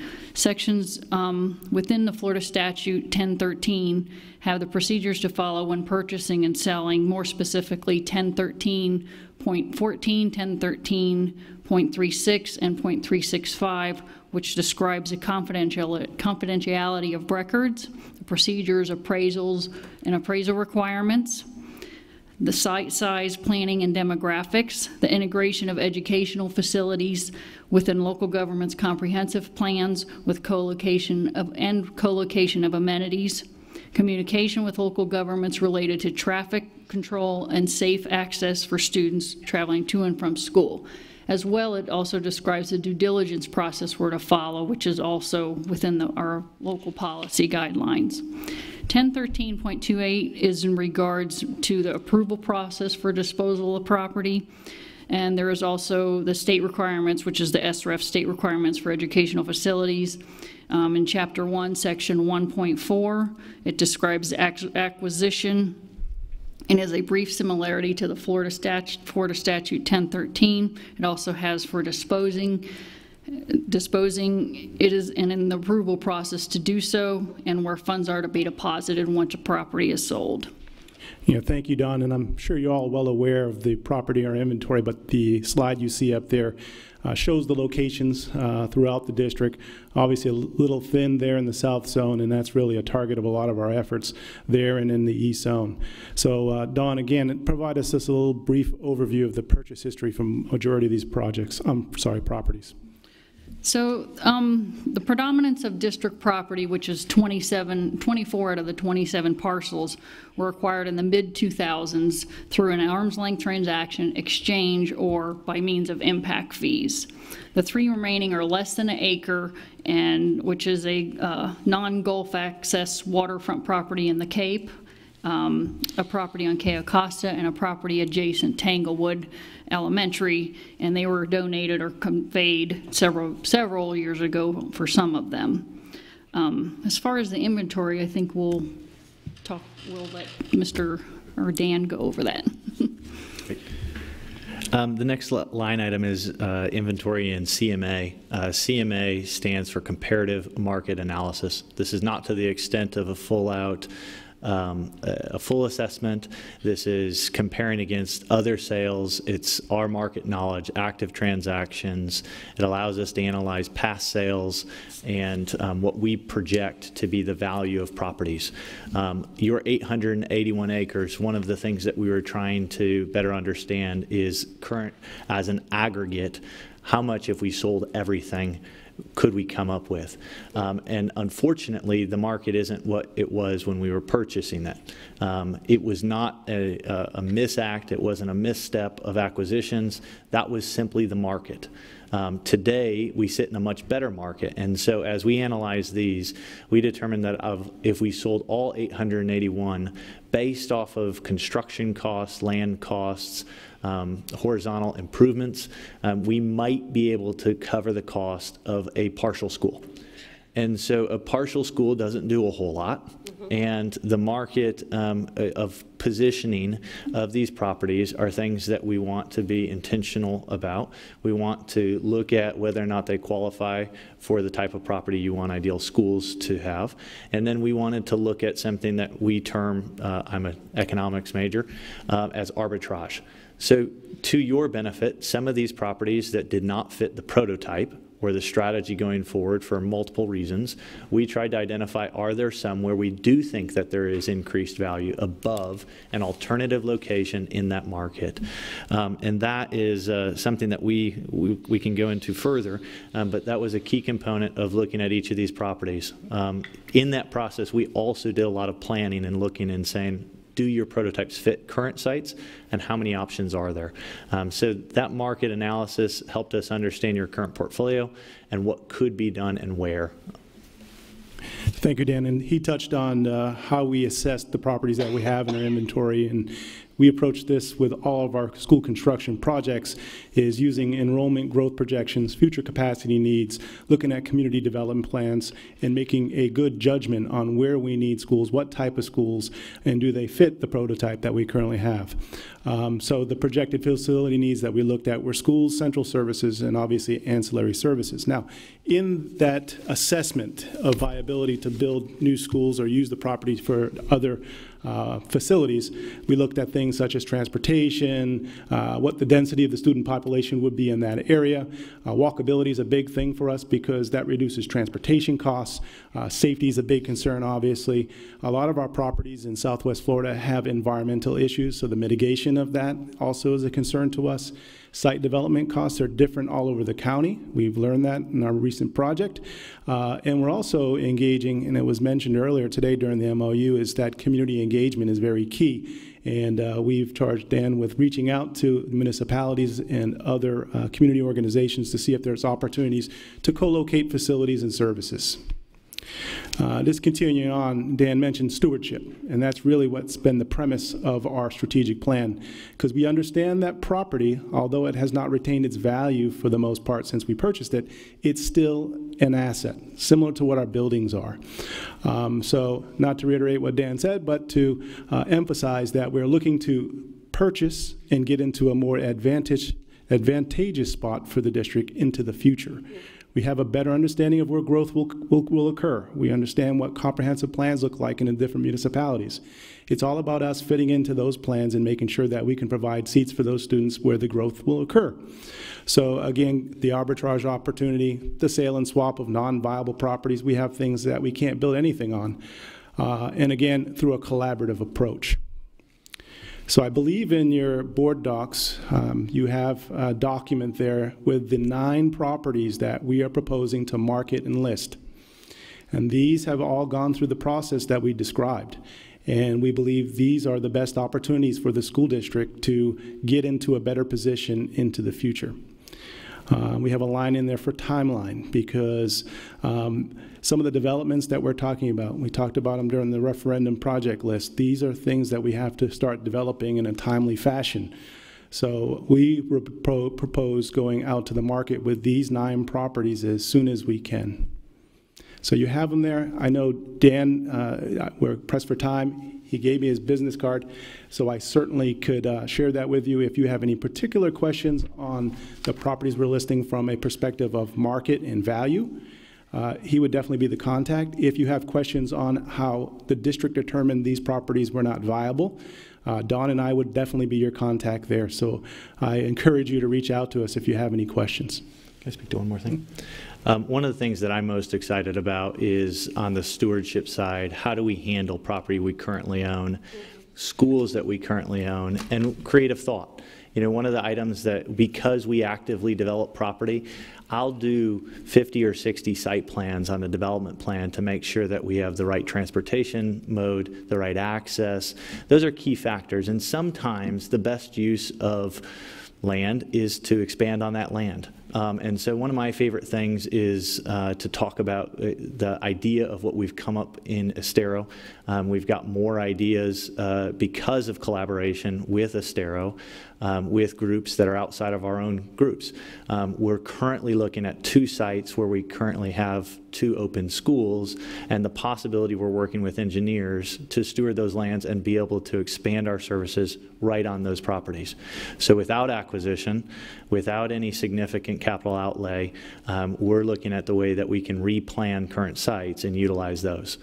So I'm very excited about being able to do those things. We've also met with the city of Cape Coral and reviewed all 489 of their properties that they had acquired. We're looking at 3-party arrangements, that there could be trades, that we can swap property between us, them, and a third-party market that may have an interest in their property, they may have an interest in ours, and we might have an interest in a different property. So we're looking at a lot of different avenues to resource your funds and the community's funds. Thank you, Dan. Board members, any input or questions? I just want to say, Dan, I've been impressed with your understanding that stewardship is really the #1 issue for us, and making sure that, understanding that we have very limited resources, your ability to collaborate and compromise have been very impressive to me. So I appreciate your work and look forward to continuing to work with you. Any other board members? Just the one thing that I appreciate is the fact that looking at different properties and selling partial pieces And looking at it that way is very good, because down the road. But the thing that impressed me that I didn't know is that selling a piece of the land can significantly decrease the value of that land, or swapping land with a piece that we already own can significantly decrease the value of that. So he's looking at it from every angle, understanding that taking a chance with the value of our land is not something we necessarily want to do. So right. But both sides of that I have found to be very important. Right, creativity to find value in sites without losing potential future sites is specifically, I think, what you're referencing. Exactly, that's right, because there are specific areas I can say we're going to need those. Yep. And so yes, I do appreciate that.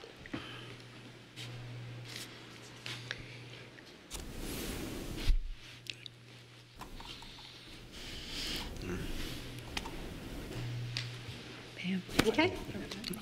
I think we're done then. Thank you so much for your work. Thank you so much, Dan, for joining in with the team. Okay. And next, under operations, we will have the capital project update. You get a double dose of me this afternoon.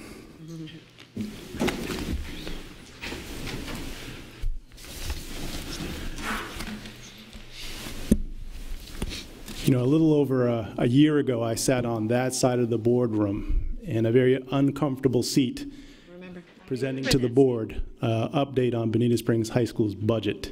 And I'm very happy to say today I'm sitting in this seat a little bit more comfortable, because a lot of the things we shared during that briefing that we said that we would implement, we have.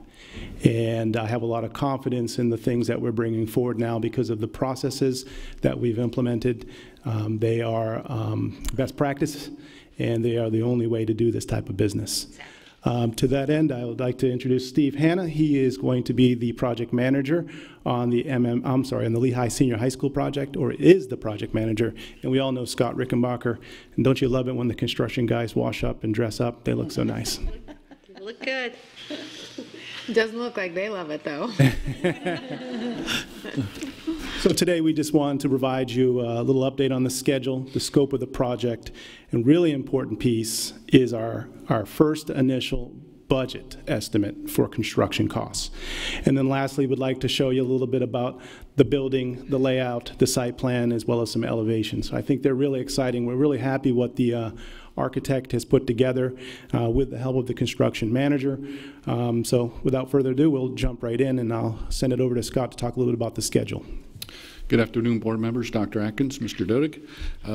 Thank you for allowing us this opportunity to present. I would like to recognize that we have Molly Scott from Christel Construction, who was also a member of our advisory team here supporting our presentation for Lehigh Senior High School. We currently have met, and we're at a 30 to 50% design development documentation. You can see the timeline that we created when we engaged with the school project. We have engaged with the construction manager. He's provided a lot of input, and we have just resolved with the building official, who's also providing input, and we have the architect obviously moving forward. And we included the principal in many of the design and the front-end supportive meetings, so a lot of this has been in the collaboration with her need and the design team's designs. This is your first hard cost look, and I would like to go back and give you a little bit of information on some of the history. A year ago, we engaged with RG Architects to present a study. That study in June of 17 estimated a construction cost of about $9.9 million. We recently got a revised estimate from the architects as of August of 2018, and we came at $11 million. Christel has now provided a initial, based on the 50% documents, design development documents estimate, and they have come in at $10.9 million of hard construction costs. So right now our architects and our construction managers are there. Okay. We project, and this is a projection, and I want to make sure that it's clearly understood between total project cost and construction cost. The board has previously already authorized $1.184 million per our swim lane concept for pre-construction dollars. Those pre-construction dollars plus the initial estimate of construction hard cost brings you to $12.8 million at this point in time. So we believe we are where we need to be, that I don't want you to get locked in. You will be brought a total project cost, hopefully in late November and early December. We have a construction start that has to begin January 9th to be successful and have the students in the addition for 2019, August of 2019. Yeah, I just want to reiterate the difference between the Bonita Springs High School project and this one, our initial project out of the box with our new processes. All of this work that we're going to present to you or have presented so far was done after you approved the project, and you have not approved a project yet. So the aim here is to make sure that when we bring you that total project cost, it is accurate in real time, and we are confident that we can deliver the project at that price, and that is the reason. So just reiterating, this is a first blush look at hard construction costs based on about 30% design document development. There's still a lot of things that we need to do. But as that process Scott mentioned, it obligates this staff to be open and transparent and share where we are on these costs. So nothing will be a surprise when we do bring the final total project cost and GMP to you. Does that 10+ million construction cost estimate that we're getting today include expected inflation for labor and materials? It's anticipated at this time. The industry would say that that's within 10% of how that number would go, the 10.9. So it's a fairly accurate estimate. We're calling it a 30%. The design documents are actually at about 50. We have a lot of the mechanicals. Christelle jumped to the horn last week to provide that current estimated price for us. So we feel confident as long as we stay in our timeline that we're going to be within this scope area. And if you would like, Scott, I'm just going to jump in and talk a little bit about the project, because we probably should have told you about the project before we talked to you about the budget. But just to give you some background, right now at Lehigh Senior High School, there are 1,824 student stations. We have 400 student stations in portables, so for a total of 2,224. This is the biggest school that we have right now in this county. What our proposal is to move all those students out of the portables and into the building. The new stations within the existing buildings, we're going to renovate the interior of the school, and we're actually going to result after the renovations with 306 additional student stations in that school. So we're increasing the capacity, the current capacity of the school, just by renovating what's there. And then in the addition that we're building, we're going to be adding another 415 student stations. So when all is said and done, this school will have 2,545 stations or seats. So if you look at this project in total, we're gaining 721 new student stations. We're adding that to the district. So we're really pressed for capacity out in the East Zone, and be able to deliver this before next school year is going to be very crucial. So Scott talked a little about the estimates that we received, and the architect has provided this estimate that you see on this slide here. We have 34,000 square feet of renovation at the cost of $1.9 million. New construction, which is the new addition, is at 39,000 square feet at $8.2 million. We're projecting that site work will be around $800,000. So the first look estimate from the architect is, as Scott mentioned, around $11 million. And as you can see, when you go to the construction manager side, the numbers are a little bit different. Now remember, the construction managers are hand on the pulse, real time talking with the market and the subcontractors that they deal with. So you can see site work went up a little bit. From the architect's estimation of $800,000, the site work went up.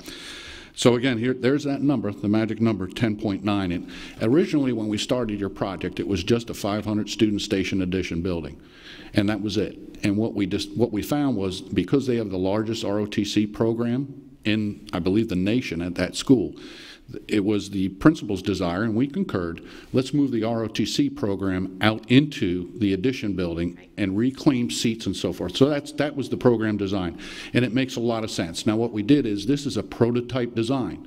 We have engaged with this architect to use this prototype building, square footage and design, at other school sites should be needed.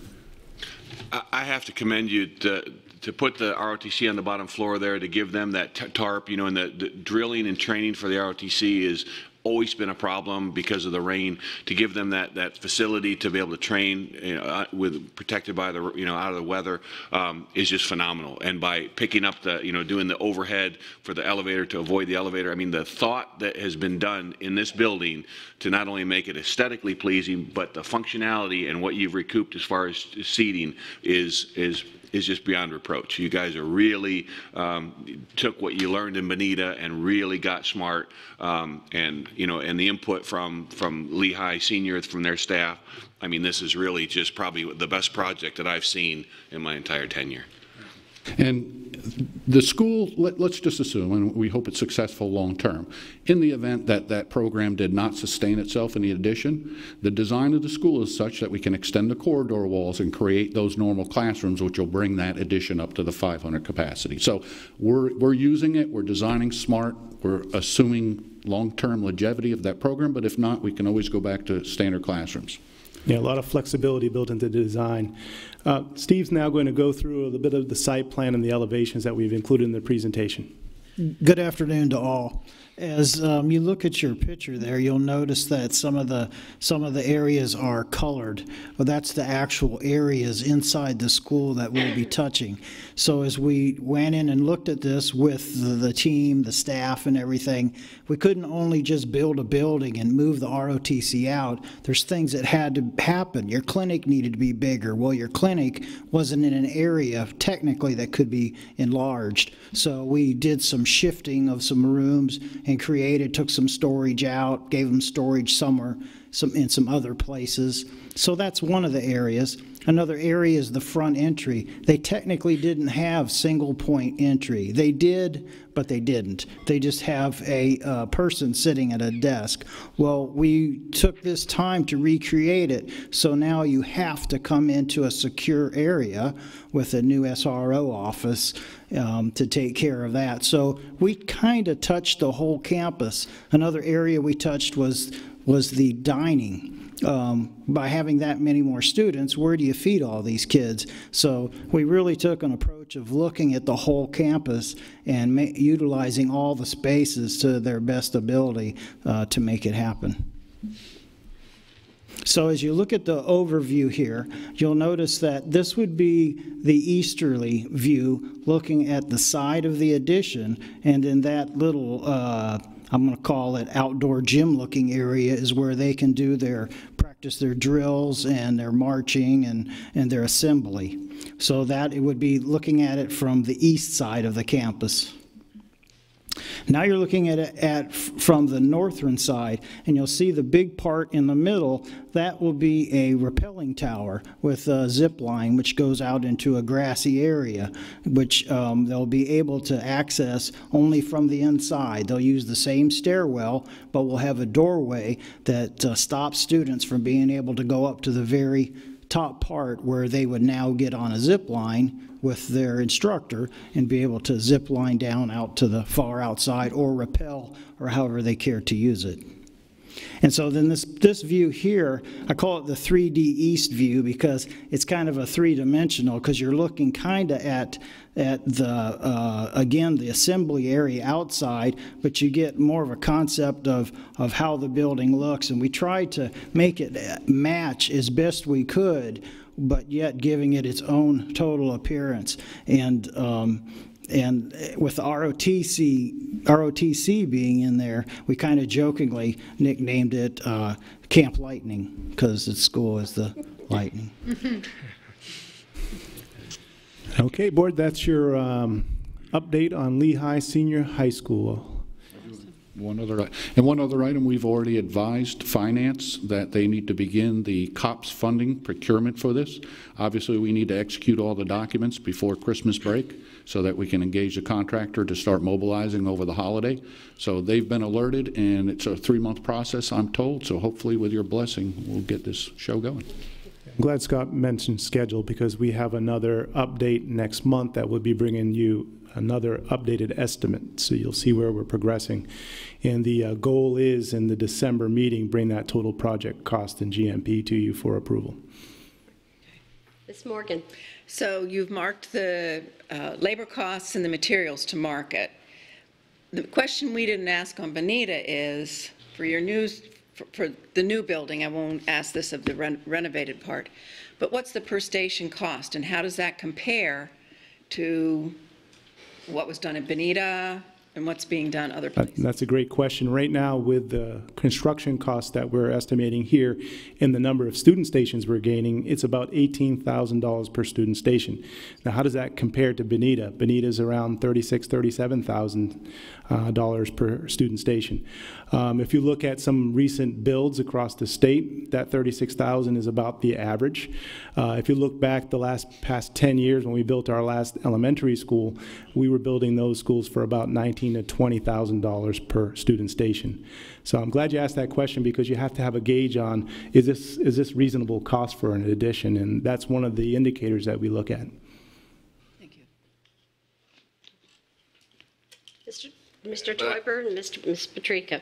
If you're going to go into the student stations, though, you know, one of the amortization of the fields and such gets cost. That's the reason why Bonita is so much higher than we have at Lehigh. I would be interested to see if there's any type of expansions across the state, if other people are doing what we did or what we're doing here. You know, I know in 2005 through 7, when we did our expansions, I mean, it was nowhere near the thought process. We just added where we could actually stick a building, and we just, in it, you know, the follow through on the thought process was nowhere as in depth as it is now to actually make it more functional as we are.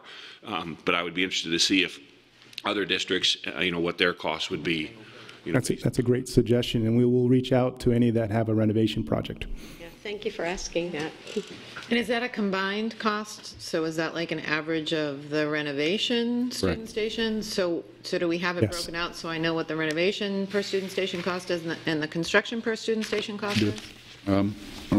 Not per student station. I can tell you the renovation cost was about $2.6 million, and the new construction for the addition, construction cost is about $8.3. Right, The so benefit, Can the we benefit see that on a per student station for each? Because 18's low if you combine the two, but I think renovations are going to be significantly less expensive than construction, right? Right, and part of that was the design that Steve engaged with the principal and our architects on.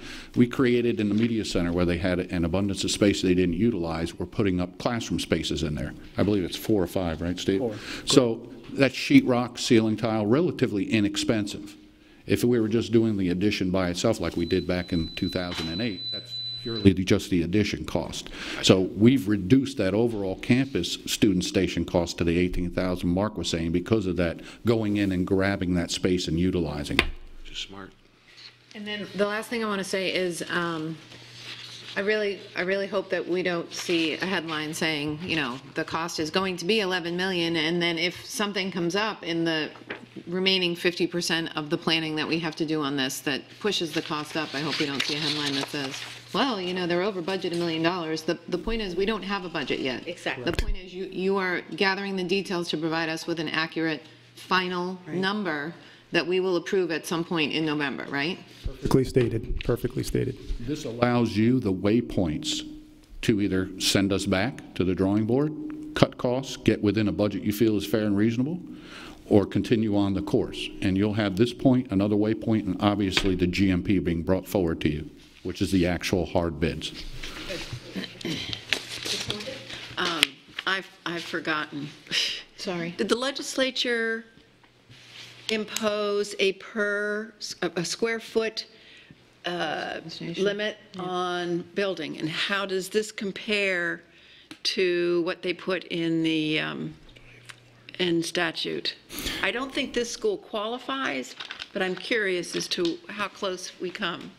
Yeah, I do know those numbers. They're quite low. I know. It's going to be difficult for us to build a school for that cost.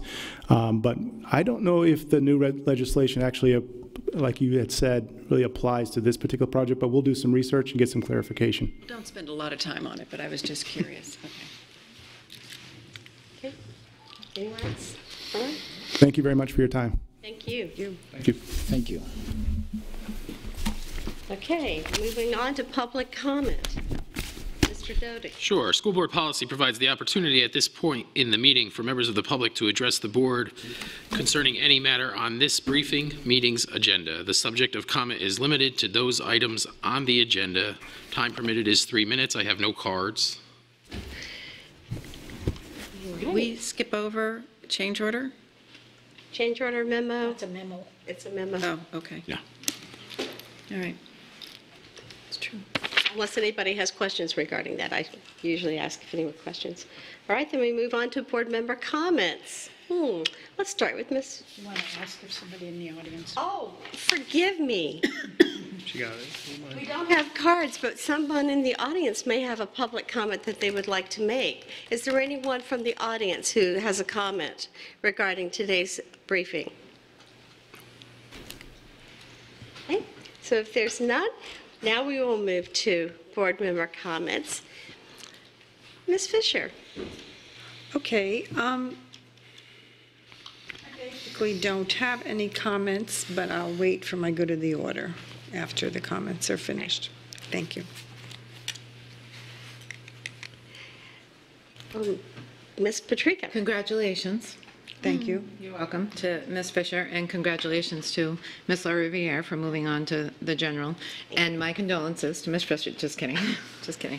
I'm really happy for both of you. You've been a pleasure to work with, and I look forward to continuing to work with you in the future. I did want to mention Mr. LaRosa. And the training that he's been doing with our coaches and our athletic directors has been very well received across the district. I'm hearing positive feedback from athletic directors. The better our coaches are, the better our athletic directors are, the better the services are delivered to the students, the more they're going to get out of our programs.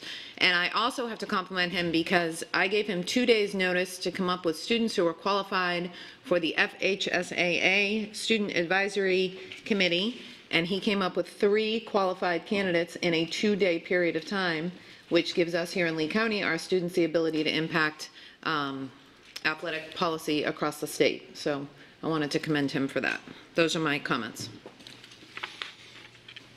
Mr. Toiber. I have none. I don't Dr. have any. Kunkel? Ms. Morgan.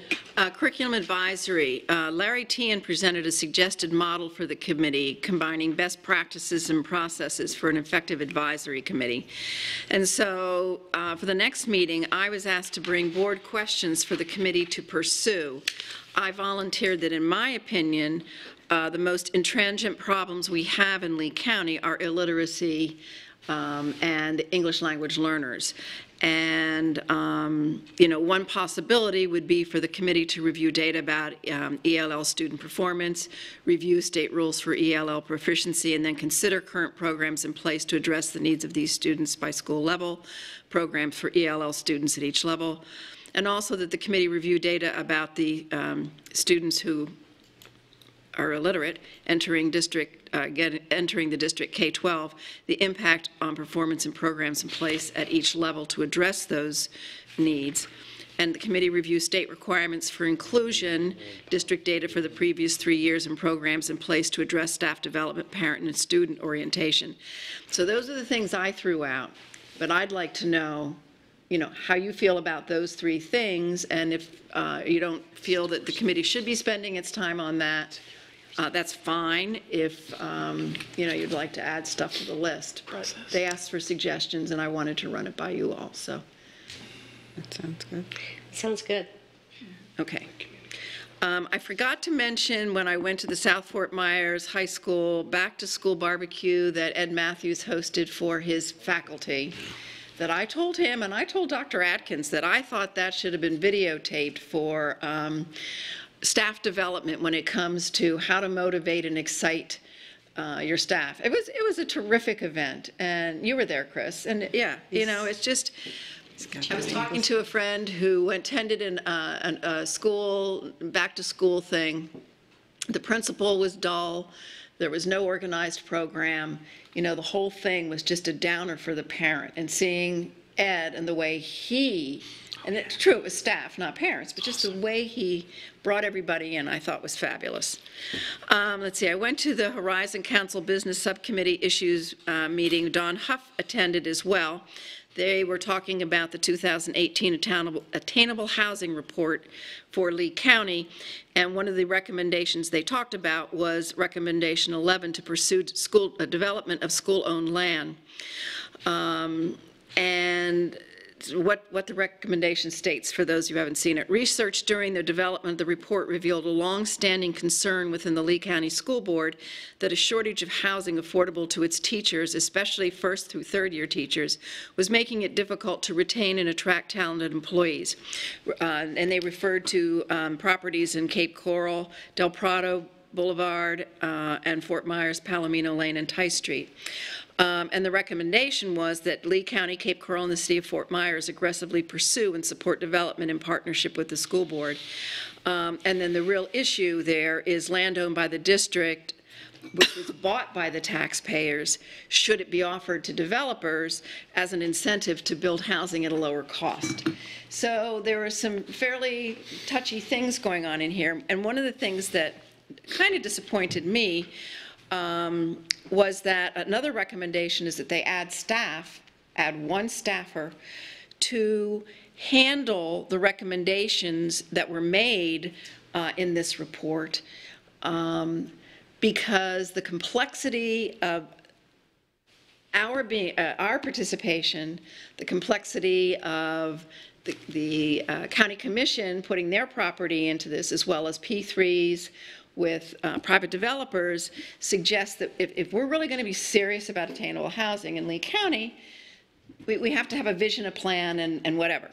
To my great disappointment, their initial response was, we're just going to add additional, we're going to add responsibilities to an existing staffer for permitting. So to the extent that you have an opportunity to talk to the county commissioners or people on the Horizon Council, just sort of ask them, what their reaction was to this attainable housing report and how they see the county's vision moving forward in terms of ownership and management, I guess is what I want to say. So that's that comment. And Carol Green and I met yesterday with Senator Pasadomo to talk about the teacher scholarship and teacher accreditation proposals, and both were received very well by her. She is waiting for us to meet with Senator Benaquisto, and then we'll talk about who will put those bills in for us. So Can I respond to something you said? Yeah. Compare and contrast the Ed Matthews at Back to School Night to the Ed Matthews that was reflected in that letter from the lady who spent time in the shelter. She talked about the calming voice that was over the PA system. I mean, he's got it all. He does. He knows how to relate. Yeah. He's the Tom Brady of principals. I would also venture to say we have quite a few other principals out there that have those same characteristics. I know they do. It's just that I haven't seen them. Anyway, those are my comments. Yes. Excellent. All right. Hold on. Ms. Servier, I don't know if Ms. Giovanelli. I don't have. Giovanelli. You weren't, I had to do a double take when all of a sudden you weren't there. No, sorry. She vanished. I just,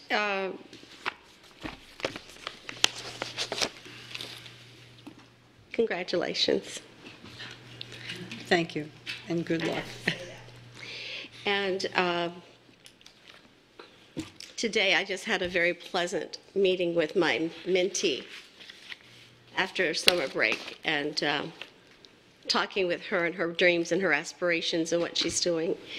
And we talked about voting, and I said, look at these people that didn't vote. And she was looking at it, she goes, what can we do to help educate people about voting and to get people to make sure that they don't only just register, but they actually vote? And I said, it's always been a problem. So I will be chatting with Supervisor of Elections, because I believe in the past they have done some special recognition of students doing that project for Get Out the Vote. So I will be chatting with him and making sure that information gets shared, not just to principals, but to some key leaders who will get to the students. And that's all. Superintendent. Oh, well, that's all for us. Now we go to the man of the hour. Mr. Dovick. That's you. Always. No, I have no comments. Thank you. Dr. Atkins. Just one quick but important announcement as it relates to safety and security in our buildings. To enhance security in our schools, we're implementing a new procedure for our school stadiums, theaters, and gymnasiums. The communication that will go out will be as follows. This is a game day and event safety. Okay, so we're referring to like football games, etc. To better protect our students and visitors, the school district, like the NCAA, professional sports stadiums, arenas, and theaters, are restricting guests from bringing certain items into our school stadiums, theaters, and gymnasiums. Guests entering and items they are carrying are subject to search. Prohibited items included, but are not limited to, the following: book bags, backpacks, duffel bags, large purses. Any type of weapon, goes without saying, on school property is prohibited. Any items that could be used as a missile, cans and bottles, coolers, fireworks, horns, and lasers. All school principals have been called to inform them of the communication. A parent link message will be sent out this afternoon, followed by a media press release. Next week, a meeting is being held with law enforcement, safety, and security, and other district staff to discuss this procedure a little bit further. We really felt it important in light of some of the things that are going on in across the state, and then rather than have some of our schools doing some individual things, because we did have some schools that were out there being proactive, that would be best to just come out as a district with this new procedure. So it is, information that we're putting out there today. Mr. LaRosa was mentioned, and he was a major, very proactive here to bring this forward, as well as, Dr. Pruitt and others recognizing that this was something that we need to get in front of. So I just wanted to take advantage of this opportunity to let the board know, and also, since this is a televised meeting, I can get this out to the public as well. Other than that, just congratulations to our board members, and thank you. It's an honor. And Ms. Fisher on a clear victory. So we'll look forward to 4 more wonderful years. I know she's excited. She texted me last night, ready to work. So, yep. Anyway, that's all my comments. Thank you. All right. Good of the order. Do you want me to go first? I'll let you go first. Okay. So over the past several years, we have had some real success with our student advisory, our school board student advisory committee. And I think we've ironed out some of the kinks, and we have a really good process where we are allowing some students to reapply. And that has brought some real good consistency and leadership to the committee. And as we prepare for this coming year, I just wanted to ask the board, what will we do about moving forward? Because I think the intent was for board members to hear what the students had to say. And in all honesty, I think we've had really poor attendance on behalf of board members, especially the last year or a year and a half. So I really wanted to know, what is the level of interest? Do we feel that we want to move forward with the same format? Do we want to rotate, 1 member a month at least? I mean, it's an announced meeting, so anyone is able to come. But I really feel that for the students' voices to be heard by the entire membership of the board is critical. Or do we want to look at having the students share their voices through other means, maybe through their school SAC committees and through some of the special committees that have happened with special projects with the superintendent and staff? So I think we just need a little bit of a discussion about how we want to move forward and what would be the level of commitment each one of us is willing to put into actually being face-to-face with the kids. So. Dr. Cook? You've been working with them quite a bit. Do you Yes. have a recommendation? Well, I think that the information that they bring forward is valuable.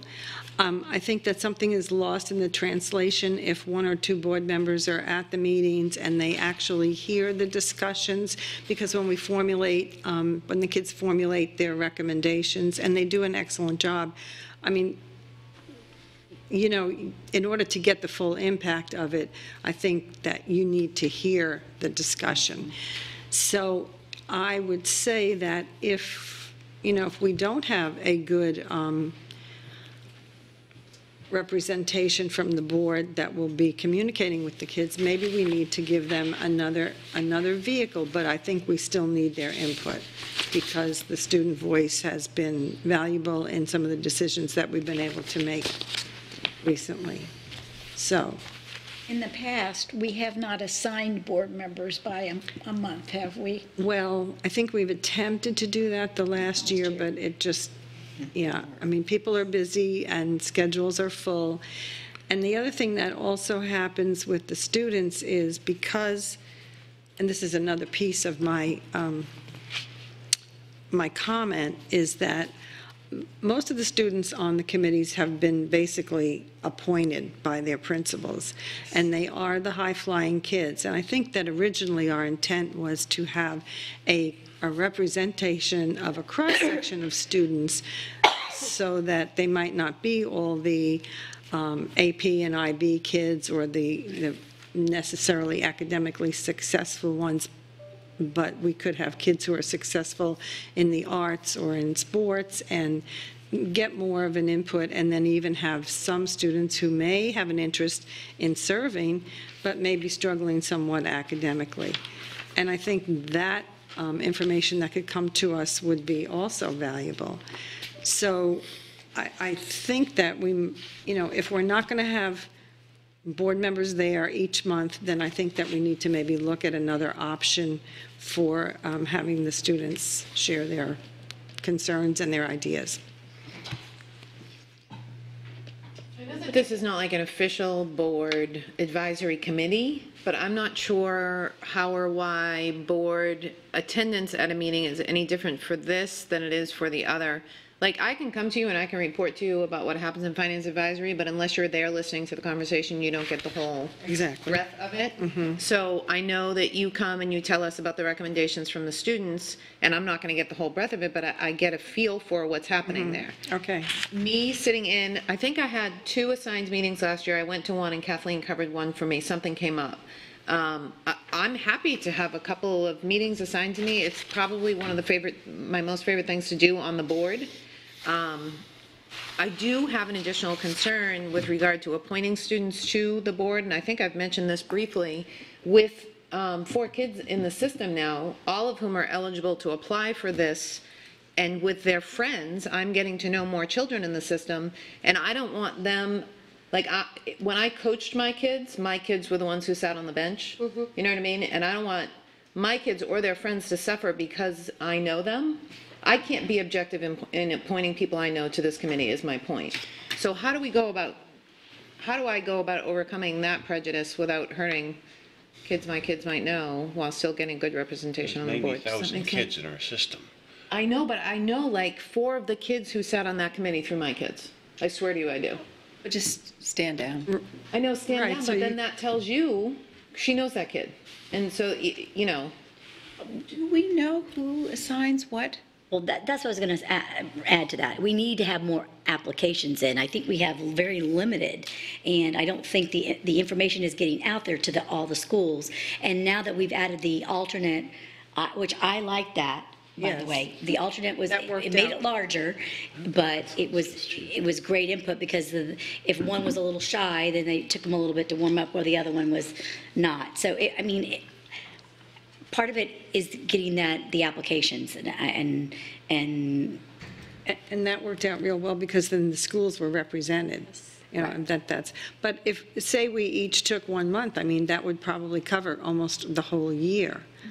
And so then everyone has an opportunity to interact with the kids. The kids, being a member of the school board advisory committee, then would get to know each one of us. I mean, I'm happy to do it, but I know a lot of kids too, so, yeah. So it is difficult.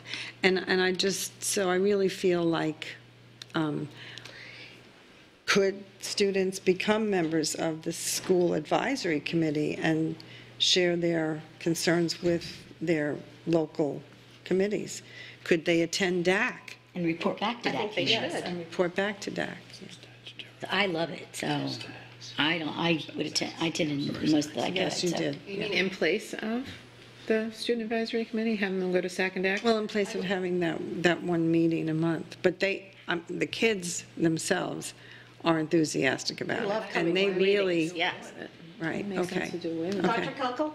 I think there's an advantage to assigning a month per board member in that they get to know who the board members are. Exactly. And I think that's pretty critical because students have lots of questions about things, and once they have seen your face and they've heard you talk, they feel more comfortable texting you or emailing you saying, at my school we have this question or we're concerned about or whatever, and the school board becomes real to them.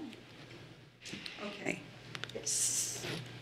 And then I have a thought, Ms. Morgan, and then I'll have a thought. We were appointing by district. So when I was District 3, I was appointing for my schools.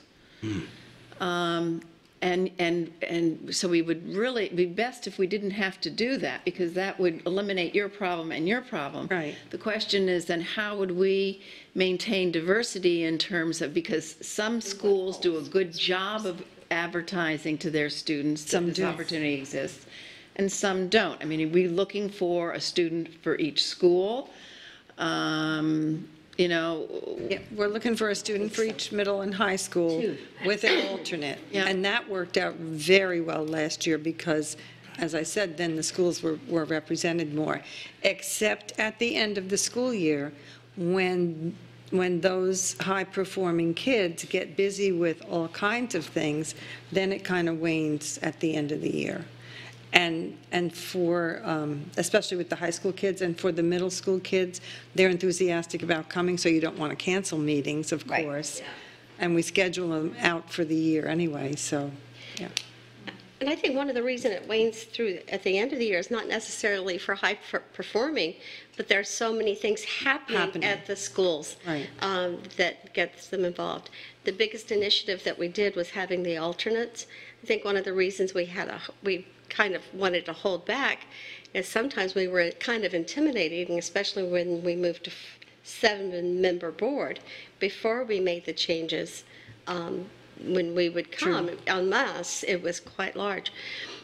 I was going to say that I would like to, if possible, I would like to come alongside and try to be at all of the meetings. I appreciate having the relationships with the kids, and that was the part that I missed, because even if I see them once or twice, it's very difficult to really build those relationships with them.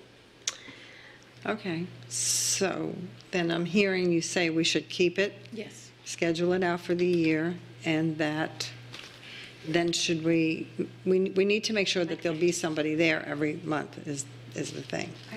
Well, and I think if you set the schedule early enough and you have the participation of the middle school principals and high school principals, that it gets out there so and actually I would actually include the dates right in the application so they know these are the dates we expect, so that if there's events that are around that they know they're going to participate in drama or whatever club they're in or whatever sport they're in, they know these are the dates that are going to be a conflict. They can work with their school or with their alternative to make sure somebody's there. Okay. And then can we ask Dr. Atkins to ask staff to ask principals to get a lot of applications? Like if the superintendent says we want some are really good. 25 applications per student, I would think you would get 25 applications per student or per school, right? Oh, wow. So if that's the directive that comes from you, then Yeah, we can certainly do that. Sure. Yeah. I was actually going to ask if I could attend the next principals meeting and say hi and just do a little commercial about it. So Yes. I think he can make that happen. Down. he probably can. Funny how it works that way.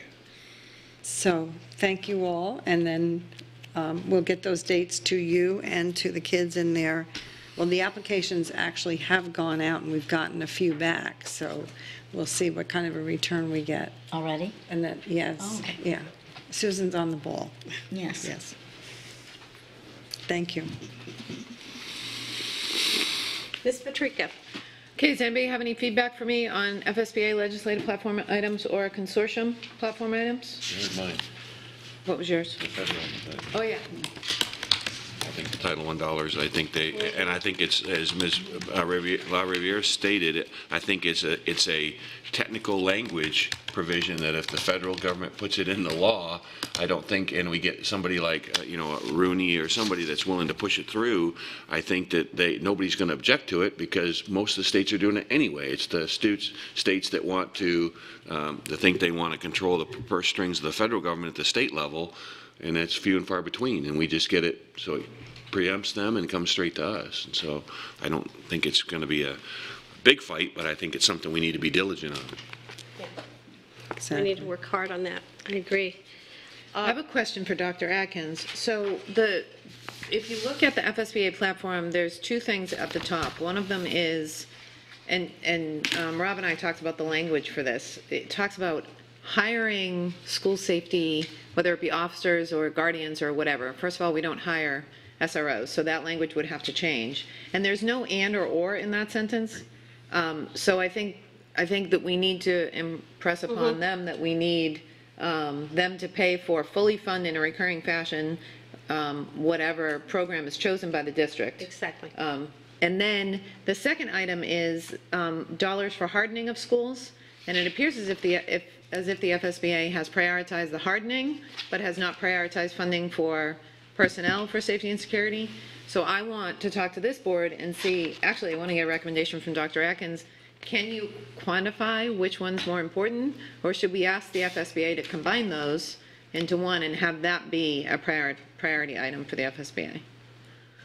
Well, if you're asking me to choose one, I really believe the human element is the most important.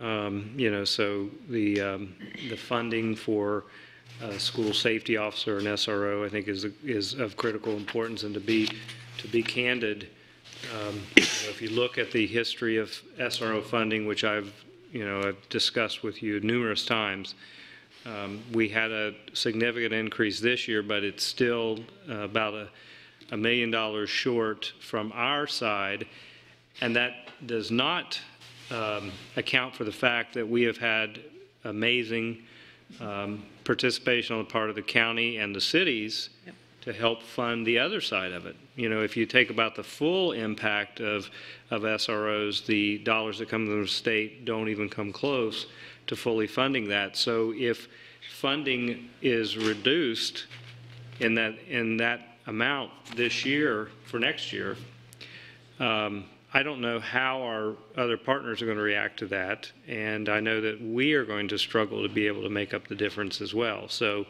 that, if you ask me to prioritize, that's where I would put the priority. Great. And I have a question, Ms. Patrica. When you're talking, there's 1A, which is definitely for human element. Were you also talking, when you were talking in B, were you talking about the hardening and maybe other support, other security personnel like we have? B to me appears to deal just with hardening of infrastructure. Okay. Whereas one is correct. The first is operating, the second is capital. That's a good way to break it out. Okay, thank you. That's what I wasn't sure whether you're trying to do a combination in B. Okay, thank you. Okay, anybody else want me to push for something, change something? Please. Well, just a question I had. I know that we there was some email that went back and forth regarding the food services and all of that. We had provided that response, but one of the things that we really had nailed down is whether or not we were going to address that in terms of a federal initiative. And what the email that was going back and forth just for the rest of the board members, it had to do with the amount of waste that we see within our cafeterias. Sometimes simple things, like one of the things I didn't know until we provided Mrs. Patrica a response, but if you think about plastic, cutlery, and a lot of it that gets thrown away because they're not using all three pieces, they may be using only one.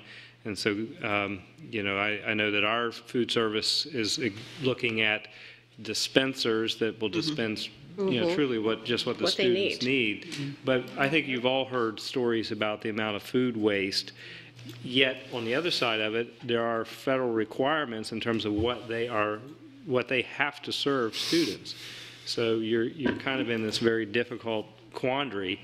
And so the question came up as to whether or not there could be any type of relaxation or federal legislation or guidance that would help improve the efficiency of those dollars that are being spent.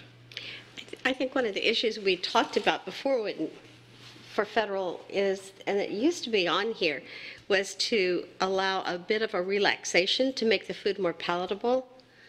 Like a little bit of salt may go a long way with helping make a food a little bit more palatable. But I was surprised that there was nothing here regarding the school lunches. And it really is an issue that needs to be addressed. And part of the issue is, again, it's the nature of the beast that we have now, but we have so much that the kids get that has been processed that it's not necessarily, it may provide some nutritional elements, but 2 hours later there's too much sugar in the body and not enough protein in their body that's able to help them with their learning. So do you want me to work with, what is her name? Lauren Couchois. Thank you. Yes. I love her name. I just can't say it. Yeah. Do you want me to work with her to try to come up with something surrounding waste? I think that's something that Rooney would be open to, Representative Rooney would be open to, because I still remember the picture of his face when I brought him to Bonita Middle, looking at the breakfast they had served that morning. He definitely did not want to dig in to that meal. So I think that's a place where we could get some traction with him. And the other thing, too, in terms of maybe getting the FSBA on board with an additional federal legislative item, is the item that he discussed with you and me, Kathleen, at Fort Myers Republican Women, about they have passed a bill, I guess, through the House that will move money away from the state universities and into career and tech ed. Right. And they're facing significant pushback from the faculties at some of the larger universities across the country. Of course, FSW and FGCU are not pushing back on that at all. But if we had us as an organization behind that, meaning FSBA as an organization behind that, that might be helpful. So I could, That's a great idea. Yeah, I could make the suggestion to add that as well. Okay. And then my last question for you guys is, in both platforms, both FSBA and the consortium, it talked about making changes to the FRS drop program so that people could come back and reapply without penalty within 1 month of ending employment. And I have some concerns about that because I don't think that's an efficient way for us to function. I don't think that paying through the FRS system and then paying salary on top of that is efficient for us. So I would like to, I think I sent an email to Dr. Pruitt asking for more background and a deeper understanding of FRS and drop and how it relates to the two platform items through the consortium and the FSBA before I would want to have any kind of a discussion about that. But is there agreement that that's at least at a baseline an efficient way to function? Can I ask if there's agreement about that? Yeah, I would agree that that's not efficient. A month turnaround is not. That's what it was at one time. However, I think it's as an answer to the shortage of I agree. Staff that I we agree. have. So but are we making the change on the wrong end? Are we making the change on the, should we be making the change on the front drop end? And I just don't know enough about the program. That's why I wanted to talk to her extend their to time. even ask that question. Right. Right. Right. Just a little bit of information. I know that Ms. Patrica had asked for this. I believe it was you regarding non-instructional drop and return in the school district. So What I was provided from Human Resources was 3 administrators at this time and 21 non-instructional staff for a total of 24 right now. Now, that's not the instructional side of it because the question was related to non-instructional staff. So now those numbers were much higher years ago because I remember the days when it was only 1 month and there was quite a bit of that was happening. You're taking advantage of it, some people. And honestly, I think the folks here, I mean, you were talking about some of this was during that period of time, instead of the now 6-month window. Right. Okay, so anything else you want me to bring to either one? No?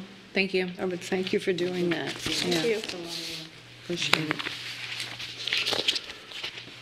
Okay, we are adjourned, and it is 4:33.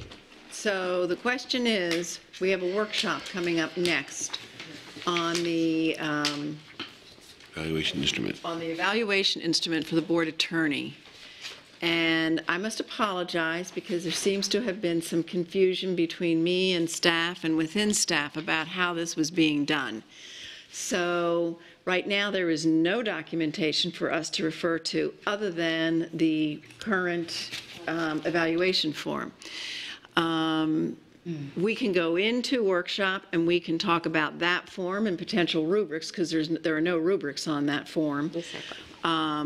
Or we can simply, if you really want to have an in-depth discussion about the evaluation, I think it would make sense to reschedule it. So I'm just trying to be flexible here. Yes. Thoughts? Can I make the suggestion? I had sent an email to you guys, I don't even remember when it was, that I had done some research and found evaluation instruments for attorneys at different, councils and school boards and other things, and I sort of just created a long list of evaluation categories, and I sent it to you guys. In addition, I think we have 2 good things to work with. One is the job description. I don't think that our current evaluation instrument matches the job description.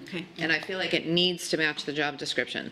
So could we give guidance to staff to pull from that list, which I'll forward to you guys again. And if there's anything on that list that you really, really, really want to see included, like for me, advocacy is huge. I really want to be able to evaluate the board attorney's advocacy skills or the strength of his advocacy on our behalf. So that would be huge for me. I really want that included. If there's anything else you guys really want included, give it to Dr. McCullers. Otherwise, allow them to come up with an instrument that matches the job description to include a rubric, and then we have a workshop. Yeah. I like that. So the first question is, are we comfortable with the job description? I mean, if the job description should match the evaluation form should match the job description, does the job description really describe what we want the attorney to do, and are the qualifications accurate? So it seems like we should start there and then develop the evaluation form. Didn't we approve the job description? I think it was recently updated. 6 months? Recently updated. We had a workshop on that as well, I think. Then I would ask the board attorney also for some input on that as far as the job description, because there may be I think it was some. recently updated, but I will certainly work with Dr. McCullers relative to Ms. Patrica's comments, and we have talked. So, and I'm prepared to do that. So sure. Okay. Yeah. Okay. Let's get the information, review it, and then send it back to Dr. McCullers and reschedule. Yeah, I think what happened was Chris sent something out, but Dr. McCullers didn't get it. Right, Only I sent Dr. it to Pruitt Angela. got it, and so, we just never got put together. So I just ask that when Mrs. Patrica sends out the information, that we work through it and provide some input to Dr. McCullers. It's not nearly as long as the superintendent thing was. No, I swear, it's not nearly as long. And I would be remiss if I didn't tell you that my contract requires an evaluation to be finished by April 15th. So that's the date. But I think, Mr. Dodick would be looking forward to a robust, lengthy discussion relative to his evaluation, like mine. Yes. I'm no longer his employee, so. Anything else on the agenda for the workshop, did we? No, that was it. So, all right, all so right. we reschedule. Yeah, we'll reschedule. Thank you.